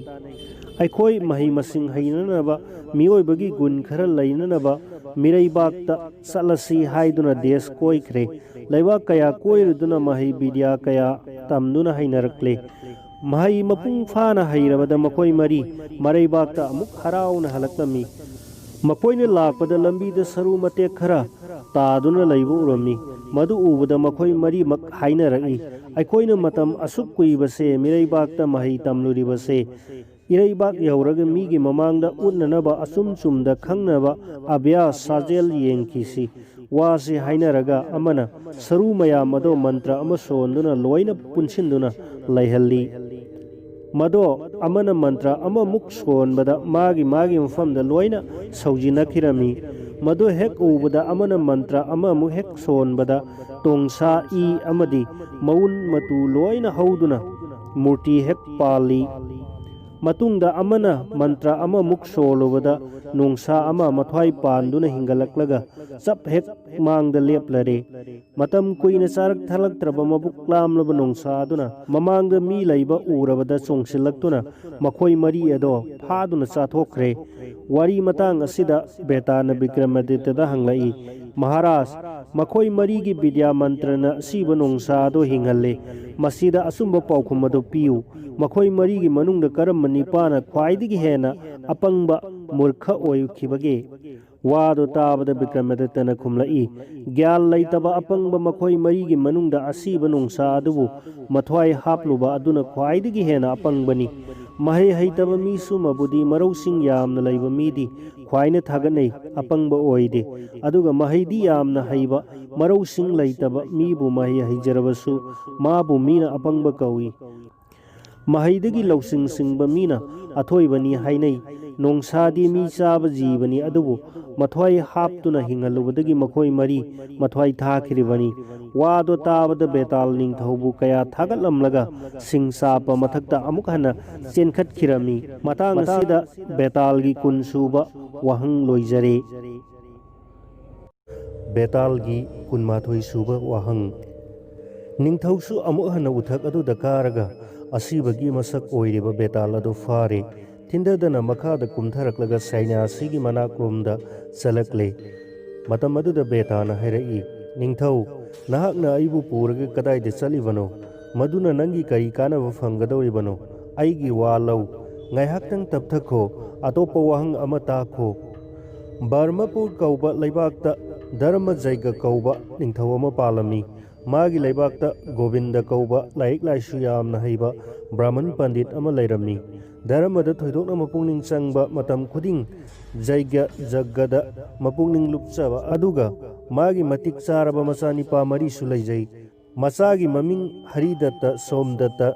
ꯖꯒꯗꯠꯇ ꯑꯃꯗꯤ ꯕ꯭ꯔꯍ꯭ꯃꯗꯠꯇ ꯀꯧꯏ꯫ ꯑꯁꯨꯝꯅ ꯅꯨꯡꯉꯥꯏꯅ ꯃꯇꯝ ꯈꯔ ꯂꯩꯔꯕ ꯃꯇꯨꯡꯗ ꯃꯆꯥ ꯑꯍꯜ ꯍꯔꯤꯗꯠꯇ ꯁꯤꯈꯤꯔꯝꯃꯤ꯫ ꯑꯗꯨꯅ ꯕ꯭ꯔꯥꯍ꯭ꯃꯟ ꯑꯍꯟ ꯒꯣꯕꯤꯟꯗ ꯃꯊꯥꯏ ꯋꯥꯅ ꯑꯍꯤꯡ ꯅꯨꯡꯊꯤꯜ ꯅꯥꯏꯗꯅ ꯀꯞꯇꯨꯅ ꯉꯥꯏꯍꯥꯛ ꯂꯩꯔꯝꯃꯤ꯫ ꯅꯤꯡꯊꯧꯒꯤ ꯔꯥꯖꯁꯚꯥꯗ ꯁꯥꯁꯇ꯭ꯔ ꯌꯥꯝꯅ ꯈꯪ ꯍꯩꯔꯕ ꯕꯤꯁꯅꯨ ꯁ꯭ꯋꯥꯃꯤꯅ ꯂꯥꯛꯇꯨꯅ ꯒꯣꯕꯤꯟꯗꯗ ꯍꯥꯏꯔꯝꯃꯤ, ꯃꯔꯨꯞ, ꯅꯍꯥꯛꯅ ꯀꯥꯟꯅꯗꯕꯗ ꯀꯔꯤꯒꯤ ꯑꯗꯨꯛ ꯋꯥꯔꯤꯕꯅꯣ? ꯇꯥꯏꯕꯪꯄꯥꯜ ꯑꯁꯤꯗꯤ ꯑꯔꯦꯞꯄ ꯃꯁꯛ ꯂꯩꯇꯕꯅꯤ, ꯃꯥꯒꯤ ꯀꯔꯃꯒꯤ ꯃꯇꯨꯡ ꯏꯟꯕꯅꯤ꯫ ꯑꯊꯨꯞꯄ ꯃꯑꯣꯡ ꯀꯅꯥꯁꯨ ꯈꯪꯕ ꯉꯝꯕ ꯅꯠꯇꯦ꯫ ꯑꯇꯩꯗꯤ ꯂꯥꯏꯔꯤ, ꯅꯁꯥꯃꯛꯀꯤ ꯍꯛꯆꯥꯡ ꯑꯗꯣ ꯀꯔꯝ ꯇꯧꯅ ꯑꯣꯏꯔꯛꯄꯅꯣ? ꯏꯄꯥ ꯏꯃꯥꯅ ꯀꯔꯤꯅꯣ? ꯏꯆꯥꯅ ꯀꯗꯥꯏꯗꯅꯣ? ꯄꯨꯝꯅꯃꯛ ꯑꯁꯦ ꯍꯪꯒꯠ ꯍꯟꯗꯥ ꯑꯣꯟꯅ ꯇꯩꯅꯅ ꯆꯠꯄꯅꯤ꯫ ꯀꯅꯥꯅ ꯀꯅꯥꯒꯤ ꯃꯄꯥꯅꯣ? ꯀꯅꯥꯅ ꯀꯅꯥꯒꯤ ꯃꯆꯥꯅꯤꯄꯥ, ꯅꯨꯄꯤ ꯑꯃꯁꯨꯡ ꯃꯔꯨꯞ ꯃꯄꯥꯡ ꯑꯣꯏꯔꯤꯕꯅꯣ? ꯄꯨꯝꯅꯃꯛ ꯑꯁꯦ ꯃꯊꯛ ꯃꯈꯥ ꯑꯣꯟꯅꯕꯇꯅꯤ꯫ ꯃꯗꯨꯗ ꯀꯔꯤꯒꯤ ꯑꯗꯨꯛ ꯋꯥꯅ ꯀꯞꯄꯅꯣ? ꯖꯤꯕ ꯍꯥꯏꯕ ꯑꯩꯈꯣꯏꯁꯦ ꯑꯆꯧꯕ ꯎꯄꯥꯜ ꯑꯃꯗ ꯑꯍꯤꯡ ꯑꯣꯏꯔꯛꯂꯕꯗ ꯅꯨꯡꯊꯤꯜ ꯆꯨꯞꯅ ꯆꯥꯛꯇꯥꯔꯝꯕ ꯆꯦꯛꯂꯥꯅ ꯃꯀꯣꯜ ꯌꯧꯕ ꯉꯝꯗꯨꯅ ꯎꯁꯥꯗ ꯍꯔꯥꯎꯅ ꯌꯥꯔꯦꯛꯂꯝꯕ ꯑꯗꯨꯒꯨꯝꯕꯅꯤ꯫ ꯅꯣꯡꯉꯥꯜꯂꯒ ꯑꯗꯨꯒꯨꯝꯕ ꯑꯍꯤꯡ ꯌꯥꯔꯦꯛꯃꯤꯟꯅꯔꯝꯕ ꯆꯦꯛꯂꯥꯁꯤꯡ ꯑꯗꯣ ꯃꯥꯅ ꯆꯠꯅꯤꯡꯕ ꯄꯥꯏꯅꯤꯡꯕ ꯃꯐꯝꯗ ꯃꯅꯤꯡ ꯇꯝꯅ ꯑꯋꯥ ꯑꯅꯥ ꯈꯪꯗꯅ ꯄꯥꯏꯅꯈꯤ꯫ ꯑꯃꯗꯤ ꯂꯝꯕꯤꯗ ꯆꯠꯄꯗ ꯃꯤꯁꯤꯡꯅ ꯂꯝꯁꯥꯡ ꯆꯠꯄꯗ ꯋꯥꯔꯗꯨꯅ ꯎꯔꯨꯝ ꯂꯥꯡꯕ ꯎꯈꯣꯡꯗ ꯄꯣꯊꯥꯃꯤꯟꯅꯔꯝꯕ ꯑꯋꯥꯕ ꯑꯗꯨꯅ ꯍꯟꯗꯣꯛꯂꯒ ꯃꯥꯒꯤ ꯖꯒꯥꯗ ꯆꯠꯅꯈꯤꯕ, ꯀꯅꯥꯅ ꯀꯅꯥꯕꯨ ꯍꯟꯅ ꯌꯦꯡꯅꯗꯕ ꯑꯗꯨꯒꯨꯝꯕꯅꯤ꯫ ꯁꯪꯁꯥꯔ, ꯃꯤꯑꯣꯏꯕꯒꯤ ꯃꯄꯣꯛ ꯑꯁꯤꯁꯨ ꯁ꯭ꯔꯤ ꯀ꯭ꯔꯤꯁꯅꯅ ꯃꯃꯥꯒ ꯄꯣꯛꯃꯤꯟꯅꯕ ꯃꯥꯇꯨꯜ, ꯃꯄꯥꯅ ꯚꯥꯔꯠ ꯐꯥꯎꯔꯕ ꯑꯔꯖꯨꯟ, ꯑꯗꯨꯒꯨꯝꯕ ꯑꯚꯤꯃꯟꯌꯨꯗꯣ ꯀꯧꯔꯕꯀꯤ ꯂꯥꯟꯗ ꯁꯤꯈꯤ꯫ Maram aduna ibungo miyoiba ikhoi ase matam chana mapung pharaklabadi minute ama phawba nanthokpa panthaba ngamba nate atopa amana kali laklabanina ayamba dharma karma walakle aduna matam chadana sinaribani mi pumnamakki papki thabakta pamnaragani asumba dharmagi lambi chanaraklaroi soidana norokki lambi chatnaragani mi pumnamak mana tawjaba karmagi dosna hanna garbagi awaba fanglagani imagi garba nungda lairingai pap puinagi wakhal tawrami taibangpal hek thoklakpaga maya jal amana hekta kupsin khiduna khalakpa wakhal pumba loina kauhanki gyan leitraba adudadi amrita thaktuna fattaba amanga soi taiduna lele matam aduda kana amata ai ware nangle khangde angangi haunabi saning thangbagi awaba natana madudagi jawbon mathot karakpa matam lakle mi pumnamak nipa nupi haibu wakhal nungsi maisak amana lakhattuna matam amuk lele matam oiraklabadi haksang se awa anagi laithung kayana thak niglakle adudagi di punsi loiraktuna adumak sire taibang panbagi amamba guhada jibasing ase hanna taaduna aranba khubamgi lambi fangba ngamde maram aduna aina haiba wa lau awaba hanjilu aikhoibu sembirakpa isorda irat puja kachaduna matam lelu waising ase haiduna govinda sarmabu khamjillamlaga Vishnu Swami mayumda hankhirami govinda sarma do awaba punamak kauraga mamangaigi matawgum jaigya amuk haugalakle adudagi masanipa ahum kauduna hairai aihak jaiga asigidamak thengugi sadong khara pamni nakhoi nachinana ahumna thengu phadanu porau mapagi wa tarabada makhoi machin manawado thengu phaba chatkre aduga nga phaba dum singda mamal paisa piduna makhoigi nga phanaba illado hulhalle il hunba aduda thengu ama phare thengu ado urabada makhoi ahumna khanaraki makhoi kana amata thengu ado fainingdre amana amada insina duna laire thengu ado pairorabadi makhutsing ado namthibana khangba ngamlaroi ngak hainare makhoi masel khatnare thengu ado adum taaduna laire kana amata fainadre makhoi masel lautanabadagi ningthau phawbu yaunare ningthauna makhoi machin manaw masel khanabagi maram hangle makhoi ahumna waram ado tamle makhoi gi wahai targa ningthauna karigi thengu ado fainingdribano hanglai ningthaugi wahang ado tarabada mayamba ahal aduna hairai maharaj nanai aihak chabada yamna mamut tana haisingna chajaba mini potki mahau munna khangjai aduna thengu ase karamna paigani mahakki namthiba manamase aingondadi onthokna hainade mabu pairurabadi karamna chaba thakpa yagani ani suba manaw nupa aduna muk hairai maharaj aihakti nupi yamna khanba nupigi afafata khanganba isa nanjaba mini aduna magi thengu manamase haksangda phakhaningde asigumba thabak ase aihak kaya pamjade akonbagi manaw atonba aduna muk hairai maharaj aihaksu khwaidagi ka hena tumjabada haisingba yamna phamung phanung tanal tarujaba mini thengu asigi masa ase yamna kanba posakni aduna aihak thengu ase paijaba ngamjaroi makhoi ahumgi wa du taraga ningthauna hairai fare nakhoi ahumdi aigi konungda ngasidi lairo masida nakhoi kana amata napukning singnaganu hayeng nongalaga aihak nakhoigi bichar tawbige wasi hairaga ningthauna manai ama thaduna thengu ado brahman ahal aduda thilhallure adudagi makhoi machin mana ahum ado kanana khwaidigi satur haibadi haisingba oibage haiba khanglage haiduna ningthauna harauna laire aduna maram oiduna chaba haisingi hairiba nipa aduna ensang mathel yankai ga loinana sana naba chak piduna chahalle aduga ningthi jarabi nupi macha ama laururaga nupi de yamna chatur haisingi haiba nupi gi sidra khangi haiba nipa aduga ahing leimina halle adudagi thotlaba lasing mapolgi famung sangom mapalgumna nauraba amada tumbada changkhona haisingi haiba nipa ado famung duda tumhalle nongalabada ningthauna makhoi ahum ado amuk kauthoklaga wa hanglai hayu nakhoi ahum ngasi karam tauna ahing ase lenbagi chabada haisingba nupa aduna kumlai maharaj nanai eha se chak chabada asibagi manamna namthikibana karigumba amata chajakhidre wana lenkhre wado tabada ningthau wakhal tawi aimakna chariba sinjakpu karigi manam namthiriba wakal ase khanduna konungi bandhari kauduna karam mofamdagi seng hawai amadi mana masingna thongba cha ensang no hangki maduda bandhari aduna khummi Sirijut ibungo ngarangi ensang ado manghamgi manak nakpa jaga da hauba mana masing mahi mairong khara yaukre ningthawa adu tabda ngakpana loikre nipa ado sabagi maramda mahau sangkhonna khangle haiba mahak yakre ani suba nupigi sidra khangba aduna hairei Maharaj ngasi ahing nanai aihakna awaba kari hairugani nupi masa asigi haksang ase hameng manam nang ngakre aduna ahing tumba ngamkidraduna mingsel khangbada wakre wa do tabada ningthauna nupi masa do porakpa duti ado kauraga hangki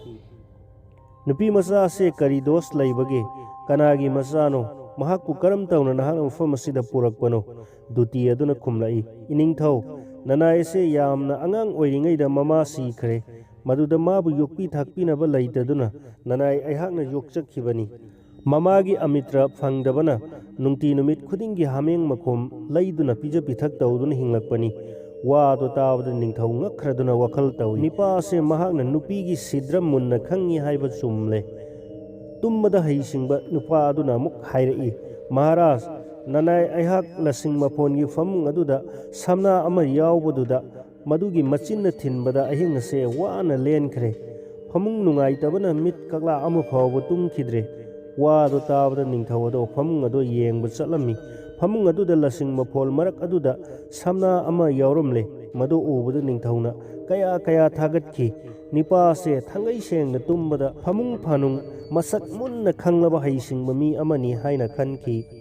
matang sida petana Vikramaditya hanglai Maharaj aina haikhiba wa pumba loina taredana haisingbagi maramda tonganba maram ahum khak takledo makoi ahumgi marakta kanana khit hena haisingbagi ta'u Vikramaditya khumlai Mahasoi makoi ahumgi maraktagi tumnanaba famungda haisingba nupa aduna khara hena sala haisingba oigani wadu hek tabaga betaal haraubana singsapa brishada amu hana kakre masina betaalgi kunmathoi suba wahangni betaalgi kunithoi suba wahang ningthausu amu hana tanna uthakta kakre asibado amu hana farure harauna makhada kumtharaklaga senasigi manakomda amuk chalakle matam aduda betana ya menglaba wahaina tapna tapna kadaide satlibano Maharaj Napungning thukat kanu wahangi asumba paukum thuna amukta piramkho gaura desta sekhar kauba ningthau ama lairami magi matik magul lairaba dharma karma khanglaba mantri ama lai magi maming Abhay Chandra kawi mahak Brahmacharya gi mawongni mahakna ningthauda haiki Maharaj Rasbokna kari kanagani laibakna kari taunagani nanaina hangatchaba asida ningthaugi langaida lairiba lanpuno Brahman Vaishnavta dan kaya katpiyu sangsar se kanadabani khangna khangna karigi Sri Govindagi charan kauthokpiri handaki mapok asimadi loikragani hayeng mukki mapokta yaiphanaba sinbiyu Sri Krishna gi nam khak kaubiganu sangsargi mayagi thauri kakthatuna aran khumbam phangani soidana Vaikuntha dam yaugani karigi ituisa iral ithum haiduna khanduna mayada tawgadawribano hayeng siraba kanda ithan ithannata chatkhigani kanabusu loinana chatpa yaroi matam aduda iral ithum maru mapang khak leiraroi wakhal khanduna yengbiu mamangai gi ipa ipu apumba ningthau oiduna loina leiramliba ngaktani hawjik makhoi kadaida chatkhre laiba ase kanagini haiba khangba ngamba natte Maharaj sunna pari ngakta leiribani kari tawpham thokpagi khanbiu kana amata kanagi oiba yaroi punamak minamba ngaktani matau asumna mamangai gi matamdagi chanaraklabani aduna Maharaj danga manaba dharma ama laitrabani aduna danda pungning changbiu adu oirabadi awa ana laitana sarga fangba ngamgani laining thau sorarenga manana ikai khumnaba oigani arikpa tawdana dan yamna tawrabadi mina pina haibani ngangnagani masagi oijaba yengdraba mi mahak adudi aran khubam phangba soidrabani arikpa oiduna dan yamna kattuna pina hairabadi hayeng mukki mapoktasu lanthum mayamado adum lairagadabani manai mantri gi wahai singa se tarabadagi ningthau puinya karama taurage haiduna mapuningda lepkhre aduna Brahman Vaishnava amsung laira anangda sel thum yenthoklammi mani mukta sana lupa amasung firol sanbi chama chamana khujing oidana jaigeda famba brahman panjida dan katuna mapagi karmana singba tawrami ningthau ase gi khara chai brahmachari oiduna adum leire mantri aduga loinana matam khuding harinam sonbada pungning lupkre ningthau gi thabak laibak kwayen thaudabagi maram leitre maduda huran ba daku singna thoidokna pungning chauthokre Oktam Nipa Singh लैकाई खुनगी अहि साबदा असौ पिसक खंगद्रे सगै जात नाइद्रे कनान कनागी मरल हुई कनान नुपी मुंदुन लौनरे लैबाक अदो अकनबन लैबाकी मपु ओइख्रे अकनबन असुंब Sai HYBE पौरो अदो तारे प्रजा सिंह मओंग अदो उरकपदगी निंगथौ यामन साउनिंगले अदुबु नुमित खरनीगी मतुंगदा सर्गगति ओइदुना प्राण थाख्रे मदुदा मंत्री मथ्वाई यामन नुंगाइखिद्रे निंगथौ असिगी मतिक चारबा मचानिपा अहुम लैरमी मखोइना मपाबुंगी स्वादा कर्मना चिंगबा पुनमक मथंग मथंग पांगथोखरे मखोइ मचिन मना अहुम अदो हरिहर ईश्वर अनीना तिनबगुम तिनरमी नोंगमत खक थादोकनदे मयाम्बा अहल अदुदा राज पदवी पीदुना लैबाकी भार पुहल्ले मतम अदुददी हानगी मंत्री अभय चंद्र लैबाक अदुदगी तांथोखरे अतोपा मतिक मगुल लैबा मी अमा येंगदुना मंत्री खुबम हापखरे मतौ असुम तौना लैबाक क्वायन थौदाबा हौरकले निंगथौ मंत्री अनी असिना जोमगी मतौगुम अफब मीबु योकपा फत्तबु हुरान चिंथीबा मीबु फादुना मदुगी मरी मता फावबा हालम्मी मपांगल मथौनादा राबोल निंगथौगुमलमी मदुदगी लैबाक प्रजा जेक्नबा लैतना इंगना पांजबा ngamle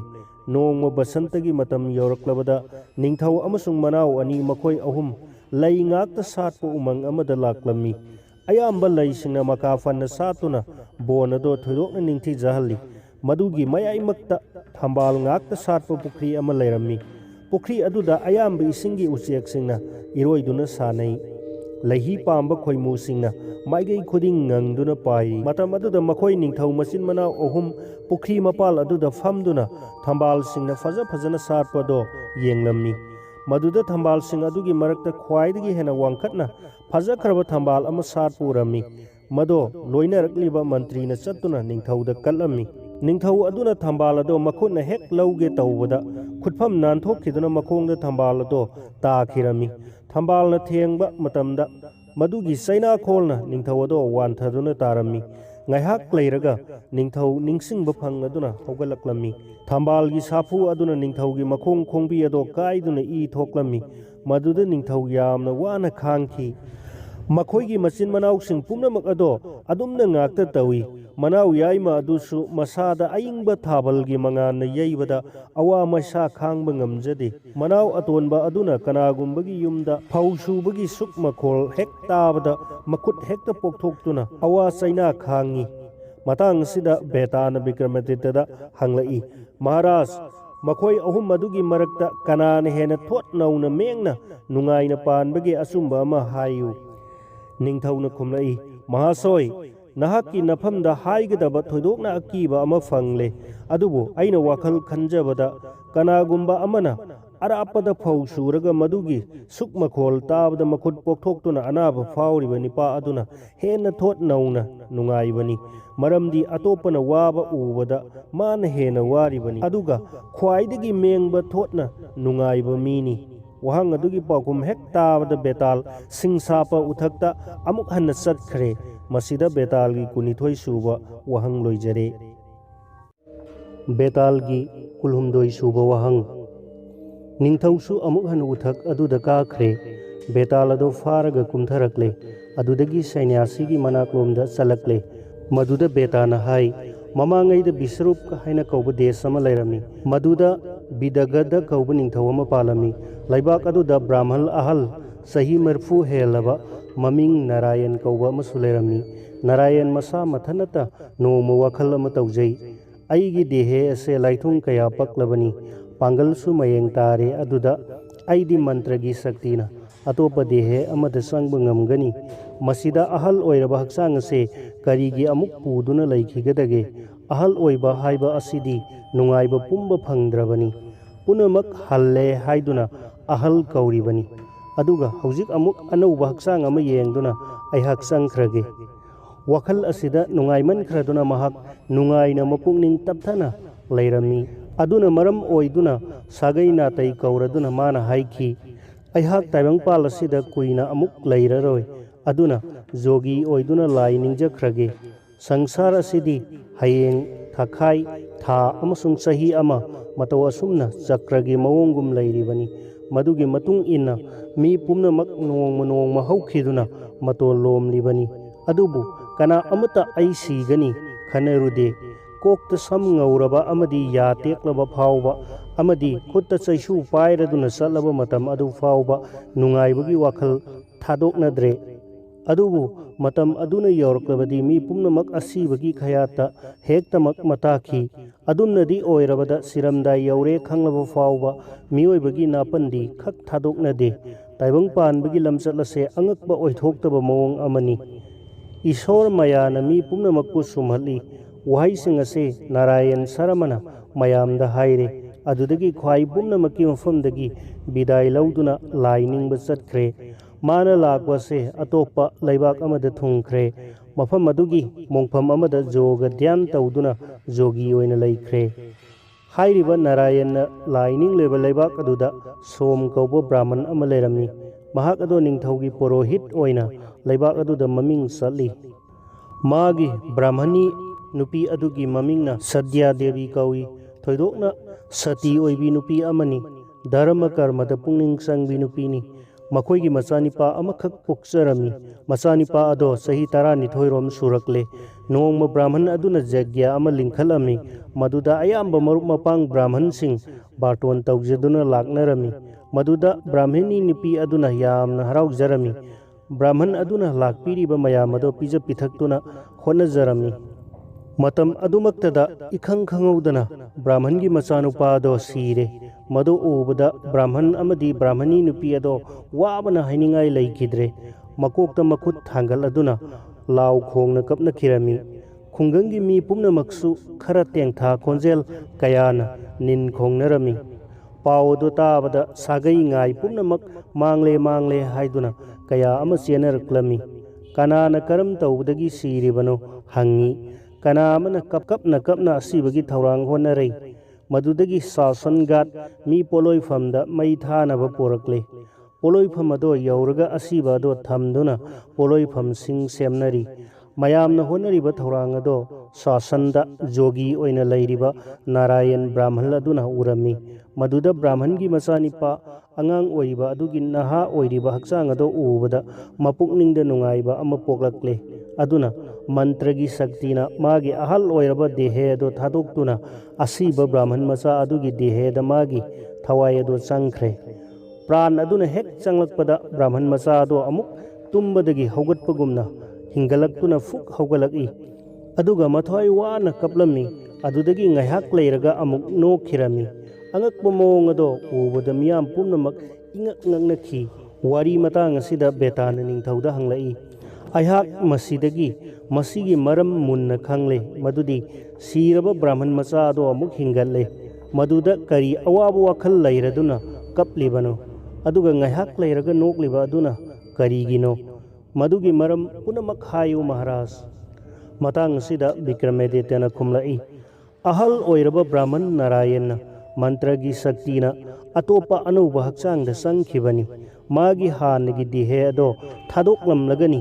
ꯃꯗꯨꯗ ꯁꯪꯁꯥꯔꯒꯤ ꯃꯌꯥꯅ ꯃꯥꯒꯤ ꯍꯥꯟꯅꯒꯤ ꯃꯇꯝ ꯀꯨꯏꯅ ꯂꯩꯖꯔꯛꯂꯕ ꯍꯛꯆꯥꯡ ꯑꯗꯣ ꯅꯨꯡꯁꯤꯖꯗꯨꯅ ꯀꯞꯄꯅꯤ꯫ ꯑꯗꯨꯒ ꯃꯥꯅ ꯑꯃꯨꯛ ꯅꯣꯛꯂꯛꯄꯗꯤ ꯃꯁꯤꯅꯤ, ꯑꯔꯤꯕ ꯃꯜꯂꯕ ꯍꯛꯆꯥꯡ ꯊꯥꯗꯣꯛꯇꯨꯅ ꯑꯅꯧꯕ ꯗꯦꯍꯦ ꯑꯃ ꯐꯪꯂꯦ ꯈꯜꯂꯨꯕꯗ ꯍꯔꯥꯎꯗꯨꯅ ꯅꯣꯛꯂꯤꯕꯅꯤ꯫ ꯁꯪꯁꯥꯔꯁꯦ ꯑꯅꯧꯕꯅ ꯍꯦꯟꯅ ꯍꯦꯟꯅ ꯅꯨꯡꯁꯤꯅꯩ꯫ ꯃꯁꯤꯅ ꯑꯆꯨꯝꯕ ꯑꯣꯏꯒꯗ꯭ꯔꯥ ꯍꯥꯏꯅ ꯈꯜꯂꯤ ꯑꯩꯗꯤ꯫ ꯋꯥꯍꯪꯒꯤ ꯄꯥꯎꯈꯨꯝ ꯑꯗꯨ ꯍꯦꯛ ꯇꯥꯕꯒ ꯕꯦꯇꯥꯜ ꯁꯤꯡꯁꯥꯞꯄ ꯎꯊꯛꯇ ꯑꯃꯨꯛ ꯍꯟꯅ ꯀꯥꯈ꯭ꯔꯦ꯫ ꯃꯁꯤꯅ ꯕꯦꯇꯥꯜꯒꯤ 12 ꯁꯨꯕ ꯋꯥꯍꯪꯅꯤ꯫ ꯕꯦꯇꯥꯜꯒꯤ 24 ꯁꯨꯕ ꯋꯥꯍꯪ꯫ ꯅꯤꯡꯊꯧꯁꯨ ꯑꯃꯨꯛ ꯍꯟꯅ ꯎꯊꯛꯇ ꯀꯥꯈ꯭ꯔꯦ꯫ ꯑꯁꯤꯕꯒꯤ ꯃꯁꯛ ꯂꯧꯔꯕ ꯕꯦꯇꯥꯜ ꯑꯗꯨ ꯐꯥꯗꯨꯅ ꯄꯨꯊꯔꯛꯂꯦ꯫ ꯑꯗꯨꯒ ꯁꯦꯅ꯭ꯌꯥꯁꯤꯒꯤ ꯃꯅꯥꯛꯂꯣꯝꯗ ꯑꯃꯨꯛ ꯆꯠꯂꯛꯂꯦ꯫ ꯃꯗꯨ ꯎꯕꯗ ꯕꯦꯇꯥꯅ ꯚꯤꯀ꯭ꯔꯃꯥꯗꯤꯇ꯭ꯌꯗ ꯍꯥꯏꯔꯛꯏ, ꯃꯍꯥꯔꯥꯖ, ꯅꯍꯥꯛꯅ ꯅꯄꯨꯛꯅꯤꯡ ꯑꯁꯨꯛ ꯇꯌꯥꯡ ꯇꯌꯥꯡ ꯎꯔꯤꯕ ꯀꯔꯤꯒꯤꯅꯣ? ꯑꯇꯣꯞꯄ ꯋꯥꯍꯪ ꯑꯃꯁꯨ ꯇꯥꯈꯣ꯫ ꯍꯟꯗꯛꯀꯤ ꯋꯥꯔꯤ ꯑꯁꯦ ꯑꯣꯏꯊꯣꯛꯇꯕ ꯑꯉꯛꯄꯅꯤ꯫ ꯃꯗꯨꯗꯤ ꯗꯦꯁ ꯑꯃꯗ ꯃꯈꯣꯏ ꯃꯔꯨꯞ 4 ꯈꯛ ꯂꯩ꯫ ꯑꯃꯅ ꯅꯤꯡꯊꯧ ꯃꯆꯥꯅꯤ, amana sana lupa mani mukta lalonba mini ani amana kabrang mugagi firon saba amasung usuba mi oirami makhoi mari ase wa tanaduna tirtha satsi haiduna laklami makhoina pujaba yaba mapot machai sana lupa khara purami makhoina mayumdagi jatra tawduna lakpasi phana yamna lapna lakle matam aduda numit takhiduna ahing oirakle mafam adusu bon oina tawi aduna makhoi mari wakhal tawduna ukhong amada ahing ado leknanaba sem sare matam aduda ningthau machana hai aigi wase marupsing yabiu madudi aikhoi marini aduna ngasigi nongandri fauba pungsing naina santri taunasi mafam ase sa kai yamna leiba akiba jagani aikhoi loina tumduna laithokpa khudong charoi wado makhoi mari mak yanare aduna ahanba santri usubunipa aduna purami mana sum phamduna leiba aduda utup matek ama taaduna leiba urami utup ado mana lauraga lai phadibi ama sarami adudagi magi santri matam loiraduna phi saba nipa ado haudoklaga mana amuk tumkhre phi saba aduna ugi lai phadibi ama leiramba do ure maduda mana khalli mase maruk usubuna saba soidana oirini adunadi aihak mafi thonbige mafi yaudaba se yengba nungaite hairaduna ningthi jaraba firon khara sechenbire magi matam amuk loiraduna mahaksu tumkhre aduga sana lupa lalonba nipa ado amuk hogalaktuna santri leire mana ugi lai phadibi ama leiramba do ubada haraukhraduna leiteng oina moibung khujina singba leiteng amuk semjinbire magi pungsing suraduna mahak amuk tumthakre akonbada ningthau masagi pali lakladuna haugatle santri amuk leire maduda lai phadibi phajakraba ama leirambado ubada yamnamak haraukre mado mana khalli itau usubana saramba lai phadibi oirini maduda marup phi sabana thonba phijolni atopa leiteng sina itau haisingbana leiteng lamba oiramgani aidi kai tausige wakhal tawbada wakhal thoktre mamaidadi mahak lai phadibi ado mathwai haplage khalakle aduna mahakna wasak laure aihak lai phadibi asibu mathwai happangamdrabadi nong hek nganbada prana se thakrage wakhal ado khallubadagi khudak adumaktada rajkumar bhagavati durga bu puja katkhirami rajkumar gi bhakti da thaujan haibi manaina khudum chanbi devina manai wakhal uraduna lengbirakle aduga lai gi yathang oibado laubirai tau he rajkumar nahakna ningliba asado thungnaba nahakki punsi tangkhai ama pirage haina napukta khallu madu oirabadi ugi lai phadibi ado mathwai palakani lai gi yathang ado tarabada rajkumar mathwai nungaibagi ipakta taure adudagi rajkumar magi punsi khaibok ama lai phadibi aduda pirage haina yare mana hek yabaga ugi lai phadibi ado mi olakle mana oirakliba mong adudi yamna fazarabi nupi macha ama oirami tanja asimaktada ahing haukhiduna nongalami nongalabada tumba mikap thokladuna makhoi mari mahai yahaunnarakle makhoina hogalakpada nupi macha adugi fazaba masagado ubada sumanaki maram aduna makhoi mari mak chap manana nupi macha ado aigi oini haina munarakle matang sida betana vikramaditya hanglai maharaj nupi macha ado kanana fangani vikramaditya khumi mahasoi nupi macha ado pi sabagi masanupa mafi marol thonbiba aduna laugani ningthaugi wado tabada betal harauna singsa papambi da amuk hana kakre masina betalgi kunmari suba wahangni vikram betalgi aroiba wari sarukaduni taminnasi betalgi kunmanga suba wahang betana hanna selabaduda vikramaditya mapukningda wakhal tawrakle aina uda hanna kayara kari adubu senyasi gi manakta betalbu puduna satpasu ngamdre ahing asisu mamai oisilakle haksang suwabana sokthare magi wahangi pakum kaya supire asiba haksang asina hek nanthoktuno sieliba asinadi asiba haksang oiribasi asamba haksang di oidaba tai adu oirabasu mabudi aina khak thadoklaroi senyasi gi manak adudadi yaunanaba puduna machalage wakhal se khalladuna ningthau uthakta tanna kakhre aduga asibagi masak oiraba betal ado amuk farure ꯑꯗꯨꯗꯒꯤ ꯊꯤꯟꯊꯗꯅ ꯀꯨꯝꯊꯔꯛꯇꯨꯅ ꯁꯦꯅ꯭ꯌꯥꯁꯤꯒꯤ ꯃꯅꯥꯛꯂꯣꯝꯗ ꯂꯦꯞꯇꯅ ꯆꯠꯂꯛꯂꯤ꯫ ꯃꯗꯨ ꯎꯕꯗ ꯕꯦꯇꯥꯅ ꯑꯃꯨꯛ ꯍꯥꯏꯔꯛꯏ, ꯃꯍꯥꯔꯥꯖ, ꯅꯍꯥꯛ ꯀꯗꯥꯏꯗ ꯆꯠꯂꯤꯕꯅꯣ? ꯅꯪꯅ ꯑꯩꯕꯨ ꯐꯥꯗꯨꯅ ꯄꯨꯔꯤꯕꯁꯤ ꯀꯔꯤ ꯀꯥꯟꯅꯕ ꯐꯪꯒꯗꯧꯔꯤꯕꯅꯣ? ꯅꯄꯨꯛꯅꯤꯡꯗ ꯑꯍꯤꯡ ꯑꯁꯦ ꯃꯃꯩ ꯑꯣꯏꯔꯛꯂꯦ ꯍꯥꯏꯗꯨꯅ ꯅꯃꯥꯏ ꯂꯥꯡꯁꯤꯜꯂꯤ꯫ ꯑꯗꯨꯒꯤ ꯁꯔꯨꯛ ꯅꯌꯨꯝꯗ ꯑꯗꯨꯝ ꯆꯠꯂꯒ ꯅꯤꯡꯊꯧ ꯑꯃ ꯑꯣꯏꯕꯒꯤ ꯀꯔꯤ ꯀꯔꯤ ꯑꯍꯥꯎ ꯑꯊꯨꯝ ꯈꯔ ꯆꯥꯔꯒ ꯅꯨꯡꯉꯥꯏꯅ ꯄꯣꯊꯥꯔꯨ꯫ ꯑꯩꯅ ꯍꯥꯏꯔꯤꯕ ꯋꯥꯁꯦ ꯅꯍꯥꯛꯀꯤ ꯌꯥꯏꯐꯅꯕꯅꯤ꯫ ꯑꯗꯨ ꯅꯠꯇ꯭ꯔꯒ ꯋꯥꯍꯪ ꯑꯃꯁꯨ ꯍꯪꯒꯦ, ꯃꯨꯟꯅ ꯇꯥꯎ꯫ ꯗꯛꯁꯤꯅꯦꯇꯤꯌꯥꯗ ꯅꯤꯡꯊꯧ ꯑꯃ ꯄꯥꯜꯂꯤ꯫ ꯃꯍꯥꯛ ꯈꯨꯠꯀꯟ ꯄꯥꯡꯒꯟꯕ ꯀꯥꯡꯕꯨꯅꯤ꯫ ꯃꯃꯤꯡ ꯕꯤꯖꯣꯏ ꯀꯧꯏ꯫ ꯃꯍꯥꯔꯥꯅꯤꯒꯤ ꯃꯃꯤꯡꯅ ꯆꯟꯗ꯭ꯔꯄꯇꯤ ꯀꯧꯏ꯫ ꯃꯁꯛ ꯃꯇꯧ ꯌꯥꯝꯅ ꯆꯪꯈꯣꯜꯂꯤ, ꯐꯖꯩ, ꯑꯗꯨꯕꯨ ꯁꯤꯡꯊꯥꯕ ꯉꯝꯕ ꯅꯠꯇꯦ꯫ ꯃꯍꯥꯛꯀꯤ ꯃꯆꯥꯅꯨꯄꯤ ꯑꯃ ꯂꯩ, ꯃꯃꯤꯡ ꯀꯂꯥꯕꯇꯤ ꯀꯧꯏ꯫ ꯃꯤꯅ ꯍꯦꯛ ꯌꯦꯡꯕꯗ ꯄꯨꯛꯅꯤꯡ ꯁꯨꯝꯍꯠꯅꯤꯡꯉꯥꯏ ꯑꯣꯏ꯫ ꯑꯗꯨꯒ ꯑꯇꯣꯞꯄ ꯆꯟꯗ꯭ꯔꯁꯤꯡ ꯀꯧꯕ ꯅꯤꯡꯊꯧ ꯑꯃꯁꯨ ꯊꯪꯅꯕ ꯂꯩꯄꯥꯛꯇ ꯂꯩꯔꯝꯃꯤ꯫ ꯃꯗꯨꯁꯨ ꯃꯄꯥꯡꯒꯜ ꯌꯥꯝꯅ ꯀꯜꯂꯤ, ꯂꯥꯜ ꯌꯥꯝꯅ ꯍꯩ꯫ ꯅꯤꯡꯊꯧ ꯑꯅꯤ ꯑꯁꯦ ꯃꯔꯟ ꯃꯊꯨꯝ ꯂꯩꯕ, ꯃꯄꯥꯡꯒꯜ ꯀꯟꯅ ꯍꯩꯕ ꯑꯃꯍꯥꯅꯤ꯫ ꯑꯃꯅ ꯑꯃꯕꯨ ꯎꯁꯤꯟꯅꯗꯦ꯫ ꯑꯗꯨꯅ ꯂꯩꯕꯥꯛ ꯃꯨꯟꯅꯕꯒꯤ ꯋꯥꯊꯣꯛꯇ ꯂꯥꯟ ꯊꯦꯡꯅꯔꯝꯃꯤ꯫ ꯕꯤꯖꯣꯏ ꯃꯍꯥꯔꯥꯖ ꯑꯌꯥꯝꯕ ꯂꯥꯟꯃꯤ ꯈꯣꯝꯂꯒ ꯁꯒꯣꯜ ꯁꯥꯃꯨꯒ ꯂꯣꯏꯅꯅ ꯂꯥꯟ ꯁꯣꯛꯅꯕ ꯆꯠꯂꯝꯃꯤ꯫ ꯃꯗꯨꯗ ꯃꯥꯒꯤ ꯃꯍꯥꯔꯥꯅꯤ ꯑꯃꯗꯤ ꯃꯆꯥꯅꯨꯄꯤ ꯃꯈꯣꯏ ꯑꯅꯤꯁꯨ ꯂꯥꯟꯐꯝ ꯑꯗꯨꯗ ꯆꯠꯂꯒ ꯂꯥꯟ ꯌꯦꯡꯖꯒꯦ ꯍꯥꯏꯅ ꯅꯤꯡꯊꯧꯗ ꯍꯥꯏꯖꯈꯤꯔꯝꯃꯤ꯫ ꯅꯤꯡꯊꯧꯁꯨ ꯑꯍꯥꯟꯕꯗꯗꯤ ꯌꯥꯔꯝꯗꯦ, ꯃꯔꯝꯗꯤ ꯂꯥꯟꯐꯝꯗ ꯅꯨꯄꯤ ꯆꯠꯄ ꯃꯇꯤꯛ ꯆꯥꯗꯦ ꯍꯥꯏꯅ꯫ ꯃꯗꯨꯗ ꯃꯍꯥꯔꯥꯅꯤ ꯑꯗꯨꯅ ꯍꯥꯏꯖꯈꯤ, ꯑꯩꯈꯣꯏ ꯂꯥꯞꯅ ꯂꯩꯖꯔꯒ ꯂꯥꯟ ꯌꯦꯡꯖꯒꯦ, ꯄꯨꯛꯅꯤꯡꯗ ꯆꯤꯡꯅꯕꯤꯒꯅꯨ꯫